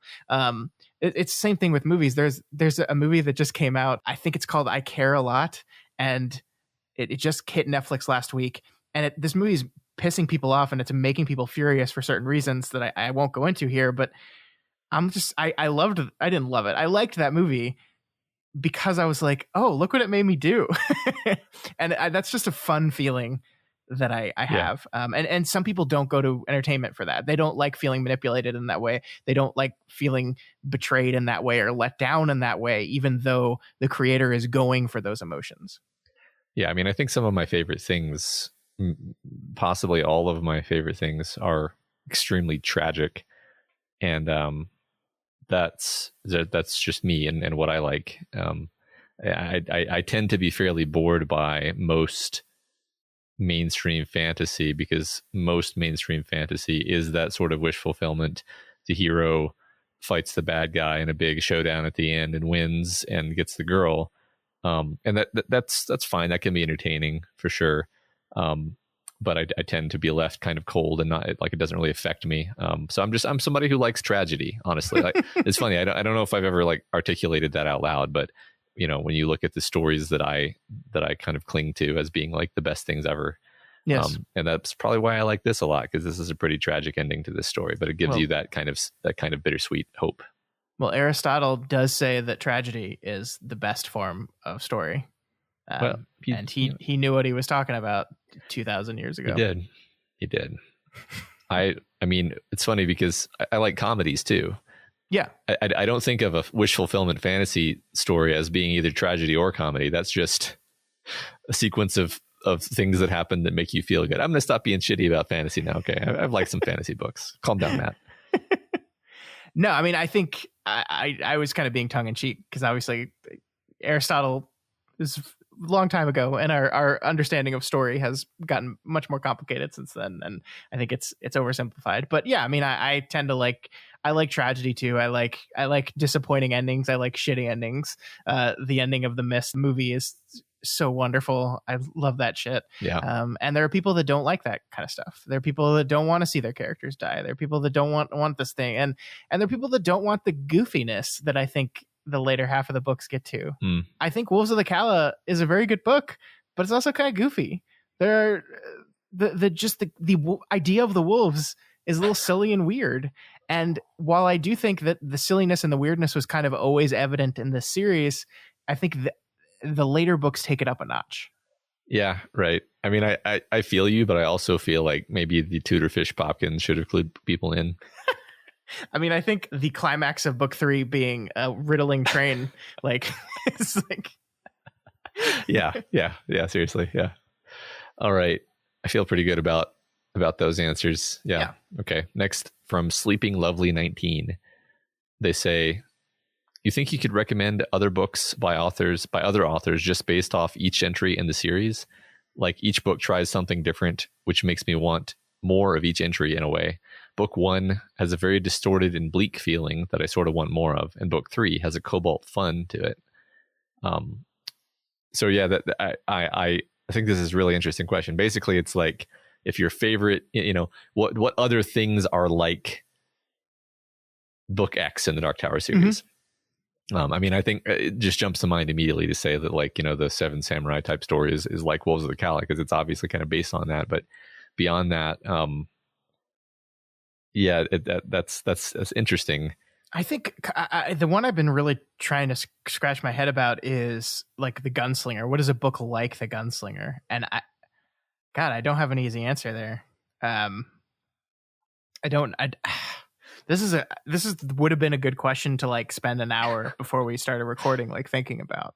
I think Wizard and Glass, at least the central part, if you really, really enjoyed Wizard and Glass, I think there is a very kind of specific sort of Western story that's aping off of. So I would look into some of the best Western books, not best Western like the hotel chain, but the most quality Western novels. Lonesome Dove is such a fun book that I'm reading right now. I think someone, I don't know. There's so many books. Yeah. I'm thinking The Wasteland's a good one too, because that The Wastelands is almost the most specifically fantasy book to me. Yeah. It is the journeying, hitting the different places, culminating and getting into the city. It is very specifically kind of a high fantasy type of story. Yeah. I mean, the both Drawing of the Three and The Wastelands to me sort of, I file them in the same filing cabinet as Steven Spielberg movies, where they're fun, and then the point of them is sort of to give you a roller coaster ride. That's what the author is setting out to do, right? Yeah, I think that's kind of how Spielberg thinks of storytelling. Now, obviously, Spielberg doesn't do some of the heinous shit that King does, but I like the sort of ethos I think is very similar. That's not a book though, but that's kind of what comes to mind when I'm thinking about it. I mean, Sure. Just a minute ago I mentioned Indiana Jones as the comparison, and it's what does Indiana Jones have to do with this? Well, I mean, he's sort of a cowboyish figure, and he's the thief with a heart of gold, basically, right? Mm-hmm, and he's fun. So yeah, I mean, this is kind of a cheat, but if you really like The Wastelands, I feel like the Stephen King, Peter Straub book, The Talisman, is a pretty good similar tone type story that we might be reading sometime soon. Cool. Nah. Yeah, I don't have any good answers to this one. This is a hard one, and I don't think these books are very similar to anything, and that makes it even harder. No, I mean, I tried for a brief moment to say what is a book that's like The Dark Tower, book Right. 7? And my brain just said, nope. Yeah. I don't know. I don't know if there's anything quite like it. The closest I can get is like the last book of The Wheel of Time, and that's only because it's trying to do the job of tying up 7,000 plot threads that have obviously been allowed to sprawl for too long. Yeah, gosh, I don't know. Good question, though. If anyone listening has some ideas for this, we'd love to hear them. This is really, really, really fun question. Yeah. I'm Your Density says, what is the likelihood of Matt reading the entirety of King's bibliography beyond the Dark Tower connections in books in season 2? So, Matt, what's the likelihood? It depends on whether they come out with those longevity drugs soon.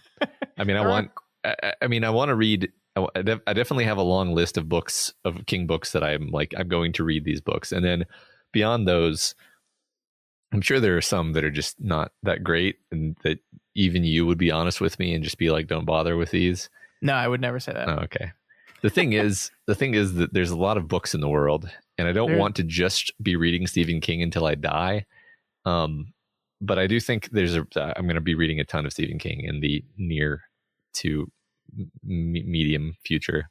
Yeah. I mean, you're already reading on writing. You said that. Yeah. I think this is a good time, Matt. I'm going to take this question to announce officially what books we're going to be covering for season 2. People have been asking this question and giving recommendations over the last few weeks. And I think we're close enough to the end of season 1 where we can kind of spread the news a little bit here. Sounds good. So here are the books we are going to be covering in season 2. This is the order I'm reading them in, is also the tentative order that we're going to be covering them in. And I've actually posted the season 2 schedule on our show schedule spreadsheet. There's a separate tab for it. So if you want to see it all out, you can click on that link in the show notes. But here it is. We're going to start with Salem's Lot. Then we're going to read Insomnia. Then we're going to read Low Men in Yellow Coats. We're going to read the short story Everything's Eventual. Then we're going to read The Eyes of the Dragon. Then The Talisman and Black House. And then finally, we will conclude season 2 with our read of The Stand. That's quite a lot of stuff. It's about more episodes than this took. So it's quite a bunch of stuff. We don't have a launch date for that yet. We are scheduled to finish up season 1, I think the end of April, but we'll see. That depends on how my life is going with baby. But we'll be announcing launch dates and all that stuff in the future. But those are the books that we're going to be covering. And then, who knows from there? Who knows? Yeah. That's a long season, Scott, and I'm looking forward to it. It's going to be fun. So kind of my justification here is I started with specific characters. So we start with Salem's Lot, where we see Father Callahan. We start with, and then we go to Insomnia, where Patrick Danville was in. Then we do Low Men in Yellow Coats, which is Ted Brodigan, Everything's Eventual. Then The Eye of the Dragon. After that, we kind of move on to kind of world building stuff. The Eyes of the Dragon, The Talisman, and The Black House. Well, I can't spoil how those are connected. And then, of course, we finish up with The Stand, which, as you know, is connected through our little trip to Topeka. Yeah. All right. That's one of the ones I'm most excited to read. So you're gonna make me wait a while for that, huh? Just a little bit, but I think there's a lot of good in here, Matt. There's a lot of good. Sure. We will do it, and it's going to be a lot of fun. So look forward to that. We'll keep you guys informed on when that's going to start up. Sounds good. All right. Next question is from Steve D. They say, number 1, it seems like the bird imagery trailed off as the series went on. Any thoughts on that? I want to address that first. When Joe was talking about all the bird imagery, I was like, God, I forgot all about this. And yeah, I don't think I ever quite put it together into being like a metaphor, which is embarrassing. but yeah, no, that's as for why it trailed off, I don't know. Maybe at a certain point as a symbol, it just kind of he'd done all he could do with that particular symbol. Yeah, I mean, I think the interesting thing with the series being written across such distance, like you kind of move on to other things. You have other things on your mind, and you're just not as into channeling that same symbol. Like again, you're working with other symbols. You have other ideas. You're chasing down other things, and I think it's fine with that. I don't think we needed that continuing imagery throughout the entire book. I think it served its purpose. Yeah, everything good has bird imagery.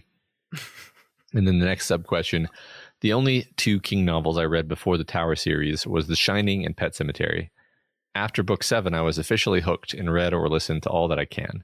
I know a bunch of King fans, and so many of them avoid the Tower series. I try to talk them into it, but they say that they don't like fantasy novels. I assure them that if they like King's writing, they won't be disappointed in The Dark Tower, but with little avail. Have you come across this too? How do we get them to see the error of their ways? Just don't describe them as fantasy novels. Yeah. Describe them as a Western, or just say they're Stephen King books, because that's like half of them are just Stephen. Like sometimes they're just Stephen King doing Stephen King. It's funny because as soon as I understood the premise was like a gunslinger in a Western, I was like, in a fantasy novel, I was like, well, then it's not really going to be a fantasy novel. Like that doesn't work. So it's going to be something really interesting. And like, I was immediately curious. So I don't know, like for me, I'm like, well, that makes me intrinsically curious to say that it's a gunslinger in a fantasy novel. What does that even mean? What does it mean for there to be a gunslinger in a fantasy novel? Which is a clever way of creating a book, actually. Yes, it is. Yeah, I mean, I haven't seen like most of the King fans I know also love Dark Tower. So I haven't seen this too much, but I do think there is like a stigma for fantasy novels. I think there's also just a stigma for long series. Like some people just like, I don't want to read 7 books. And you're like, no, trust me. I do think people pick up the Gunslinger and bounce off of it. And we've talked about this before. I think several of our guests have said that they've recommended people start with book 2 because the first book is so different. And I adore that book, but it is very, very different. Yeah, absolutely. All right, Emperor Fry the Solid says, as writers, what's something you've learned about writing from this read, both as first-time reader and as a constant reader? Matt, you want to go? Yeah, sure. Well, first of all, I think I've really come around a lot more on the perspective of like the pointlessness of plotting things out in advance, because I kind of realize that the most important thing to making this story work is just, King being honest with the characters, or the what's the word, the veracity of the characters, and then just moving the ball forward and making it work. So that has been one lesson where I'm sort of I am someone who usually has kind of a general idea of how the story is going to go in my mind before I start it, and it makes me want to just try this thing where I just throw myself into something that I have no idea where it's going to go beyond the premise, and just try to be as kind of truthful with the characters as I can, and as as truthful to the premise as I can, and then just let it take me for a ride, because I've never really done that before. I've written a few pretty long things, and I've always kind of known where I was taking them, and there's actually a real danger that you get bored with the idea when you do it that way, because you just kind of feel like you're penciling in details on something that you already kind of did the fun part of, which was thinking of the plot. So that's one thing. I think I've also learned some lessons about how to portray characters' interiority, and there's just like I think one thing I like about King is that he seems to break rules in ways that work, and it makes you aware of the fact that like, oh, we're all like most writers are sort of using a kind of idiom that is like 150 to 300 years old, and King is very good about kind of being like, all right, we're gonna not do that normal, like the normal way that I would let you know how this character is thinking about things. We're not going to do that. We're going to do this other interesting way of doing it, and just kind of play. I think he has a very playful writing style, something that I've actually tried to mimic in a few of my recent Do the Right Thing entries for our other network podcast, and that's another thing where like he just seems to be having so much fun writing that you realize like, well, what's even the point of writing if you're not having fun? So yeah, that's I think mostly where I've been learning from King. Yeah. My answer to this question will be I don't really consider myself a writer, at least not a fiction writer. I love studying story. I love picking it apart and understanding how it works. And I love studying Stephen King for that reason, because I think he teaches you a little bit about how story works each and every time. The thing I really grasped onto the most this time is truth. He kind of goes on a rant about this on writing, about how you no matter what you do, you have to tell the truth. And of course that means like the truth of the character. And I think this is where Stephen King gets himself in trouble sometimes, because he just doesn't hold back. Like, I don't think he's thinking of, is this going to be problematic when he does this? Because he's like, well, this is what this character would say, and this is what this character would do. That is their truth. And if I ever avoid that, then I've lost something. And I think that's why I loved the and that is the truth speech of Jake's in The Wasteland so much, because like this is the truth, and this is the book's truth, and we'll be damned if I'm going to let anything else get in the way of that. Yeah, that makes total sense to me. I like that. Mm-hmm. All right, next question from Pear Jane. They say, what offstage scene do you want to write? If I were ever to decide to write fan fiction again, I would write the scene when Talitha senses that Roland has brought her sigil to the tower. It would be about 2 pages long and definitely involve greens for dinner. I would write the scene where the Calvinists studying Stephen King get to the end of book 7 and have to report to Moses Carver and his daughter what's going to happen to Roland at the end of that book, and the awkwardness of that scene. I would also just like, we kind of talked about this before, but the adventures of the New York City quartet, I think would be something that I would love to see. So if I could write, I would write their adventures. Yeah. I don't know. I don't have a good answer to fire from the hip, but I guess it would be. I think I'm really fascinated by the robots in the story. I'm a big science fiction fan, so that shouldn't be a surprise. So I'm thinking like something either involving Blaine or Andy, where like I would have fun kind of exploring what their existence is like, maybe from a slightly more sympathetic perspective. Sympathetic's the wrong word. Just like getting in their head and being like, well, why do they behave this way? Like from their own point of view, they're not villains. They're sort of tortured creatures, actually. So I think I would have fun exploring that. A day in the life of Blaine the Mono. Yeah. What does this day look like? Yeah. That's fun. I like that. I don't even have a scene in mind, but yeah, basically that. Yeah. Great. All right. We got Shortstops 88 who asked a series of quick questions. Matt, now that you finished the main series, do you have any last Lord of the Rings comparisons, specifically to what happened in the last few chapters, epilogue, and coda?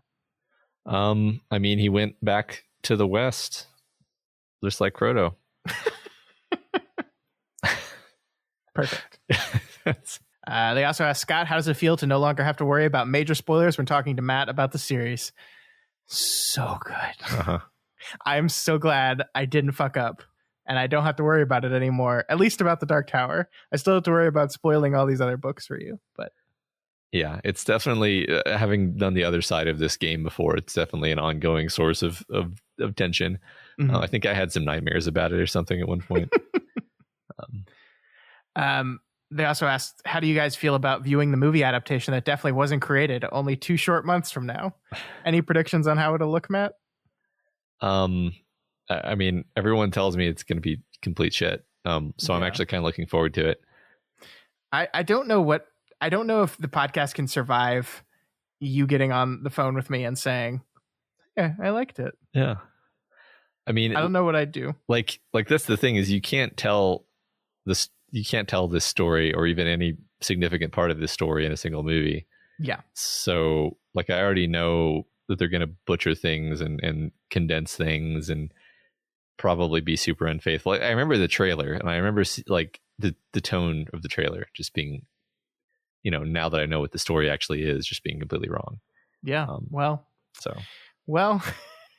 we will see. We'll be talking about that on April 15th. It's coming up. All right. And lastly, they say, Scott, I assume you watched the KingCast episode about the Dark Tower television series that stopped production after the pilot. Do you want to talk a bit about what you thought the storyline that the show's creator was planning for the series? Yeah, Matt, now you can go back and listen to that episode of the KingCast now that you're done. And I strongly recommend you do it.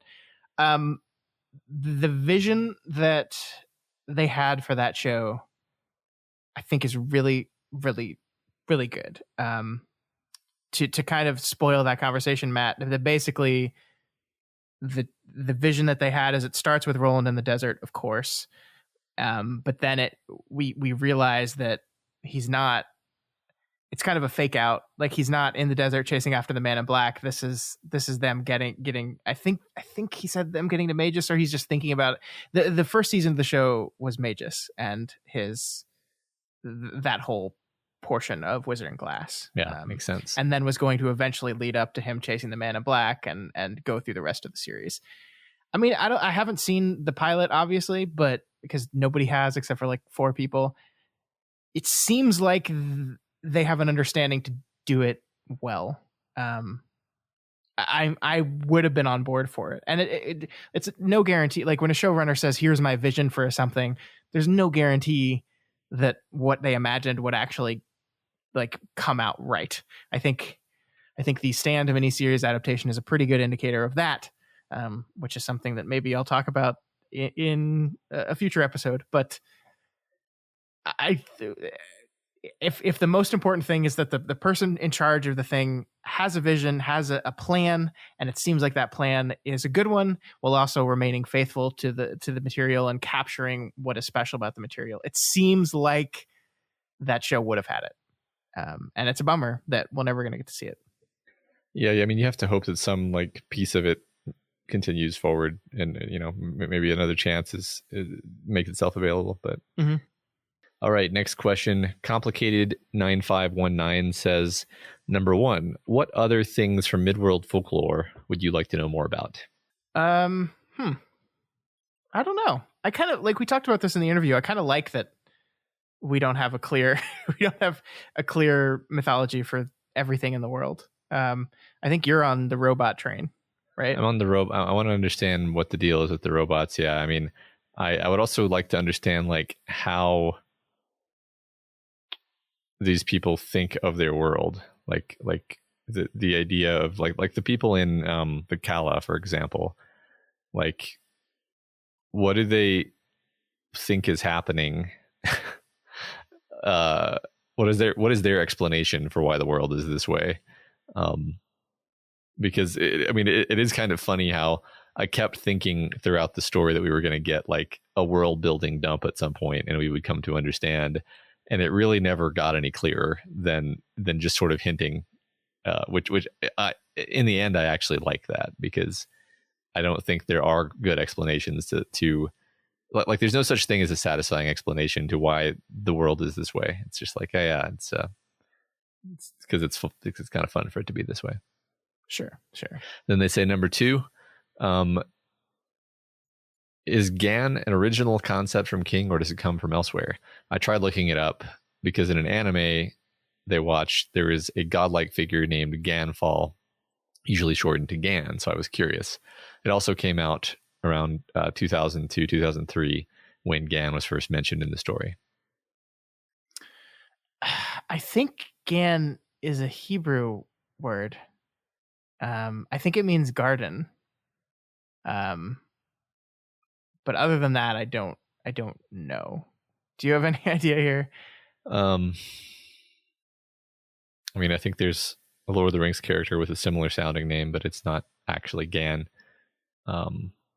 No, I don't have any. I mean, there's Gandalf. Right? There's that too. But no, I don't have any ideas. I haven't heard of it. It seemed like sort of a twist on the word God to me. So yeah, it's. I think that's intent, and it's like it's definitely. I just looked it up as we were talking. It's definitely Hebrew for garden, because I think Gan Or is a Hebrew settlement that was like Garden of Light. So I think it. Stephen King's probably like, sounds good, sounds godlike. Like yeah. you can. It's close enough to God that you can kind of pick it up from context without having someone say it's kind of like God.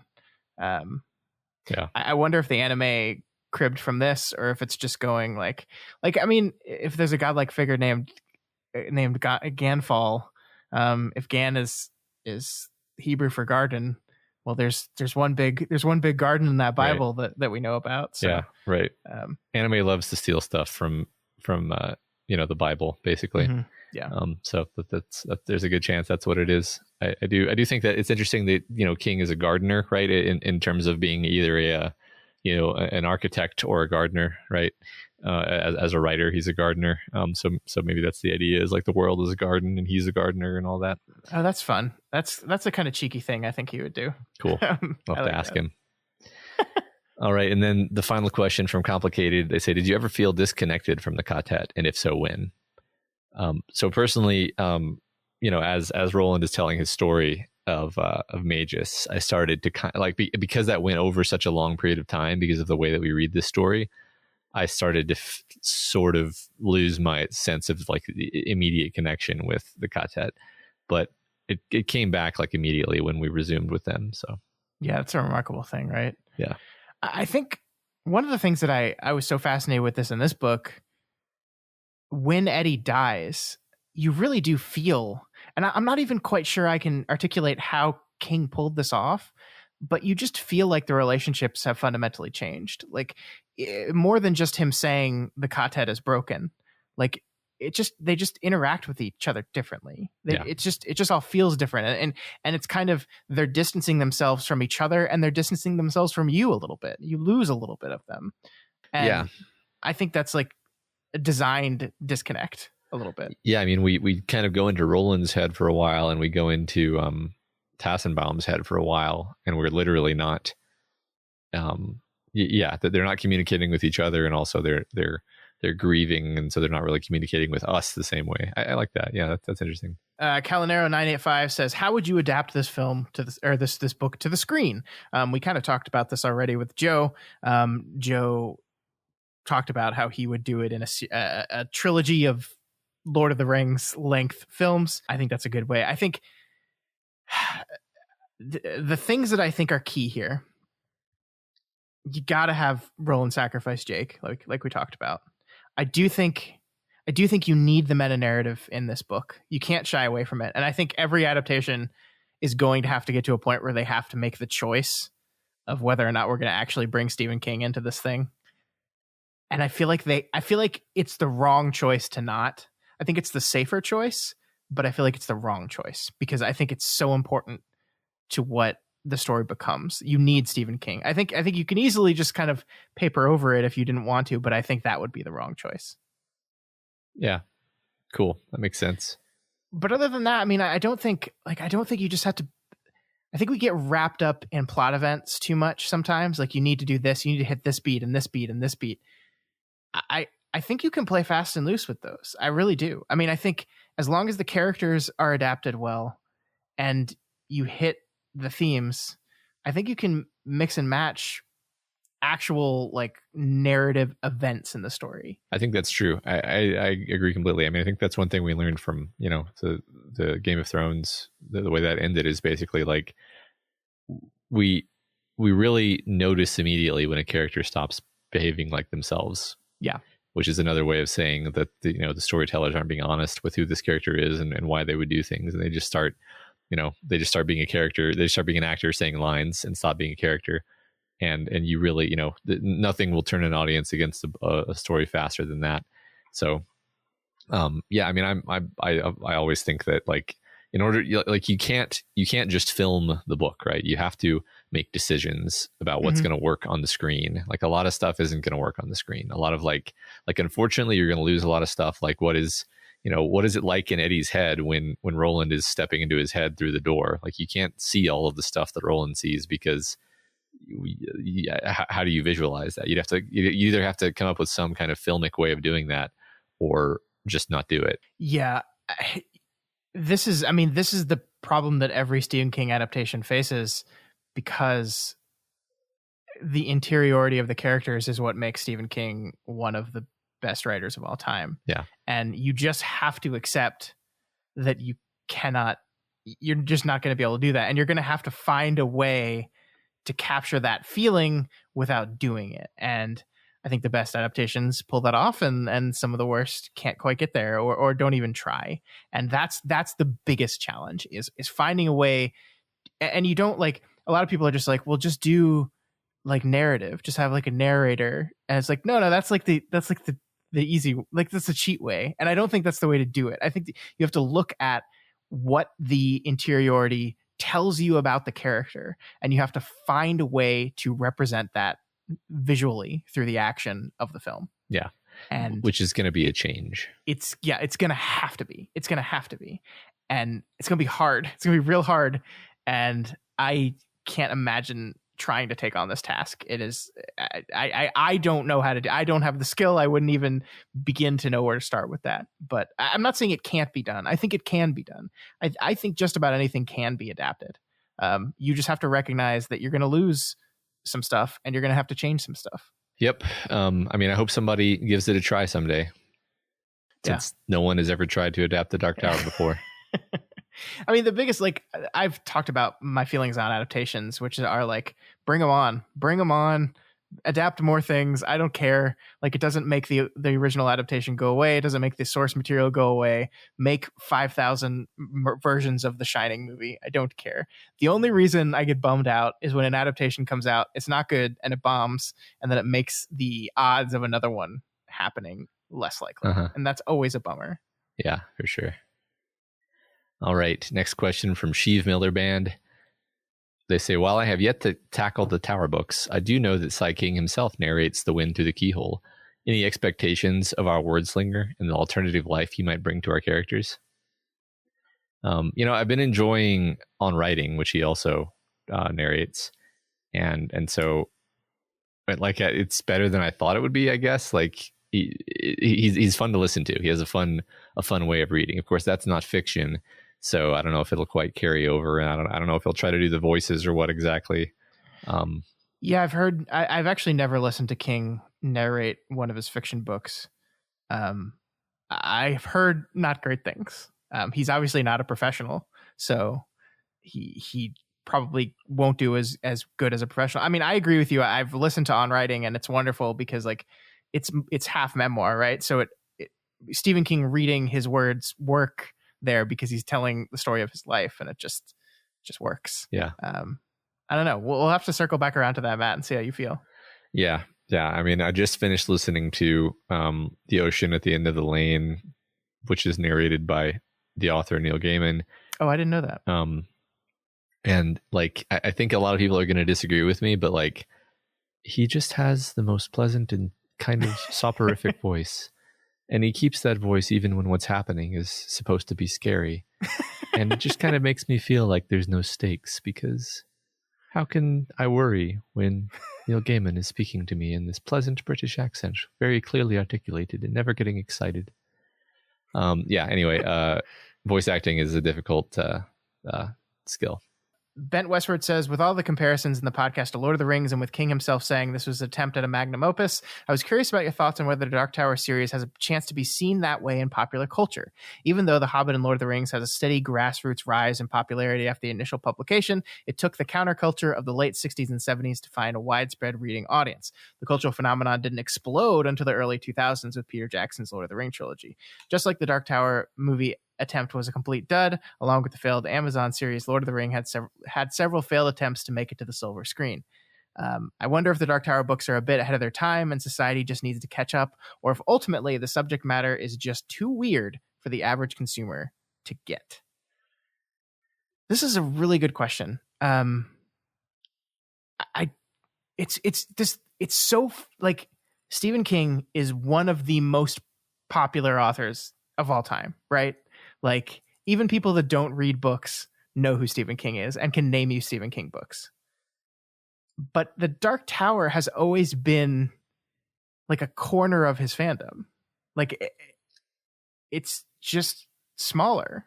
Yeah. And I don't quite know why that is. It could be because it's quote unquote fantasy. It's dealing with a lot of weird shit.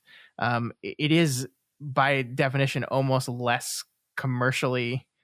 It doesn't hit all the quadrants in that way. Yeah. But I do think weird nerd shit has become the culture now. Yeah. And so it seems to me that if there was ever a time that this thing had the chance to catch on big, it is right now. And I don't know, like, obviously there are many very intelligent people at Amazon that have a way of looking at data and knowing that this television show was not worth the money they were going to spend on it. I don't know how they came to that conclusion, but they obviously did some research and fancy algorithms and figured it out. I don't know. I think the biggest problem, see, it's so weird, right? Because the Stand miniseries came out, and the Stand is one of Stephen King's most popular books. But this thing came out on CBS All Access, and nobody's talking about it. Like, nobody's talking about it. Like, obviously I see people talking about it because half of my Twitter timeline is Stephen King podcasts and fans, right? But outside of that, and a few like culture bloggers and TV reviewers I follow, that series failed to catch on in the mainstream.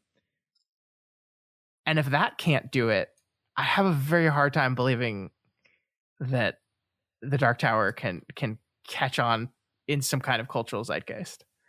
Yeah, I think The Dark Tower and The Stand are two things where, like, the reason I've never picked these two things up, prior to the podcast, obviously, is that, like, the value prop is really vague, if you know what I mean. Like, we talked the other day, I think we talked maybe on the Misery podcast about how King is really good with premises, but like, he's not, he doesn't bat 100 or whatever the number is for being good at batting. He 1,000. Yeah. He if my mom asked me, like, should I read The Dark Tower, I'd be like, oh, of course you should, it's genius. Okay, what's the premise? A magic cowboy trying to get to a tower. and then I think The Stand is kind of similar, where it's, you're like, oh, it's it's a super flu, and then you're like, oh, okay, that's cool, but what's the story? And then you're like, oh, I have no idea because I haven't read it, but like, these are stories where you don't quite know what the sales pitch is. Like, they don't have a nice pithy bite-sized premise. And I think what you just said about them not being 4-quadrant movies by any stretch, I mean, I don't know. I think if you tried to do like a PG-13 Dark Tower, it would be pretty bad. Like, you leave out, you wouldn't necessarily have to leave out, like, it wouldn't be bad because you'd be leaving out sex and violence. It would be bad because you'd be leaving out, like, the fact that it's an adult story, right? Sure. Like Frodo and Luke Skywalker and all these everyone who come to cultural prominence. Like, they're a certain type of character that or at least that they have characters that everyone of all ages can kind of find themselves in the story. And The Dark Tower, I don't think, is like that. Yeah, I mean, by its very definition, it requires a much bigger monetary investment to get something like that off the ground. I mean, think of the most popular Stephen King adaptations: Misery, Stand By Me, The Shining. Not only are these concepts easy to digest, alcoholic goes into haunted hotel, boom. Crazed fan kidnaps and holds her author captive, boom, understandable. It's also a lot cheaper to produce, and like, it was like a remarkable achievement, honestly. Like, it is one of King's most popular books, and the only thing that was made about it, just like The Stand, was this made-for-TV miniseries in the 90s that was a pop culture phenomenon for a while, and had not seen anything big in the movie since then, until It Chapter 1 came out and became like the highest grossing rated R movie of all time. It's crazy how well that movie popped off, but that, I think, also benefits from the success of the miniseries in the 90s and just hitting a lot of different things at the exact right time. I just think Dark Tower, you have to be ready to drop hundreds of millions of dollars. And like, if I had $300 million, I don't know if I would feel comfortable betting that money right on my favorite series of all time. You Yeah. know, like I love the series and I would love to see a successful adaptation, but I don't know if I would feel comfortable making that bet. Yeah. No, I get it. I mean, I agree. Like that's the thing. I think this is the sort of thing where I'm just like, okay, it's a book. I don't really need things to have adaptations personally. I'm kind of fine with it the way it is. Yeah. I think actually we kind of spilled into like our assumption here was the only way to get Dark Tower mainstream is to adapt it into something, which I think is probably true. I don't think there's suddenly going to be this swell of uptick of interest in a series of novels from 30 years ago. To Bent Westward's point, like the reason Lord of the Rings went mainstream in a way it had quite never before is because of those films. Yeah. Another thing is like Lord of the Rings can be read and enjoyed by a fairly young person. Sure. And I never like to speak down to younger people because I think they can understand a lot more than, we tend to give them credit for. But I do think that like a giant long series of books where the theme is like regret and redemption is just not going to work that well in a younger person. Whereas like me as a mid-30s guy, I'm like, yeah, I can relate to these themes as a man, like in my life. And like that makes it resonate. Whereas I think if I was like, 16 reading this book, I would be bored by all of that, honestly. Whereas Lord of the Rings, it's more resonant in kind of a broader human sense. Interesting. Yeah. I mean, I loved all of Stephen King's books as a younger kid. So I don't know. I might be wrong. Yeah. I don't know. I mean, it's certainly the themes are much more complex. Certainly, Tolkien is almost by design operating in very broad, easy to understand themes. Like this is the nature of good and evil in very easy to understand terms. Yeah. The Dark Tower is by design taking those concepts and complicating the shit out of them. This might be more of a reflection of the fact that I was reading a lot of kind of shallow fluff when I was that age, and I maybe I could have understood something, more deep. Mm-hmm. All right, next question from Luke V. They say, what offshoot Dark Tower story would you like to see now that you have completed the main 7 books? Would you like to see a follow-up story on the Takuro spirit / Nozzla world where Susanna ends up with off-brand Eddie and generic Jake? Or maybe you would like to see a detailed account of the Battle of Jericho Hill. Or maybe you would like a short story set in the past / still functional Old Ones society. I would definitely not. I don't want to see anything in Susanna's world with Eddie and Jake. I want that story to exist in my head, and they lived happily ever after. Or, well, they lived happily. And I want that to be the last word on that. I don't want to see anything there. Yeah, I think that I'm pretty curious about the Old Ones. I don't quite feel like I have a beat on what King was saying with the Old Ones as a story element. I feel like, if King himself were to write a short story set in the Old One society, I feel like that would like actually bring me some elimination potentially. So I think that'd be my answer. Mm-hmm. I want that. I want that New York Katet story. Yeah. I want to see their adventures in building up the Tet corporation. Yeah. And what that was like. Luke also mentions that they're making a Redwall series on Netflix. Yeah, that's pretty awesome. I'm excited about that. I'm pretty excited too. I guess it's probably going to be CGI. They're going to train real mice. They're either going to train real mice or they're going to wear prosthetics. What? Please explain to me what that movie would be. Just people wearing like a kind of a Chuck E. Cheese style mouse costume and stop it. Soonbai says, across the series, we jump into the heads of some wonderful people outside of the main cast of characters. Who is your favorite tertiary character that we only spend a short amount of time with on the journey to the tower? There's so many great ones. I like the stewardess on the airplane. Oh, she's great. I like the gangster, the kind of the main gangster who shows up a few times. Mm-hmm. Yeah. I really liked Earl Harrington of the Church of the Holy God Bomb.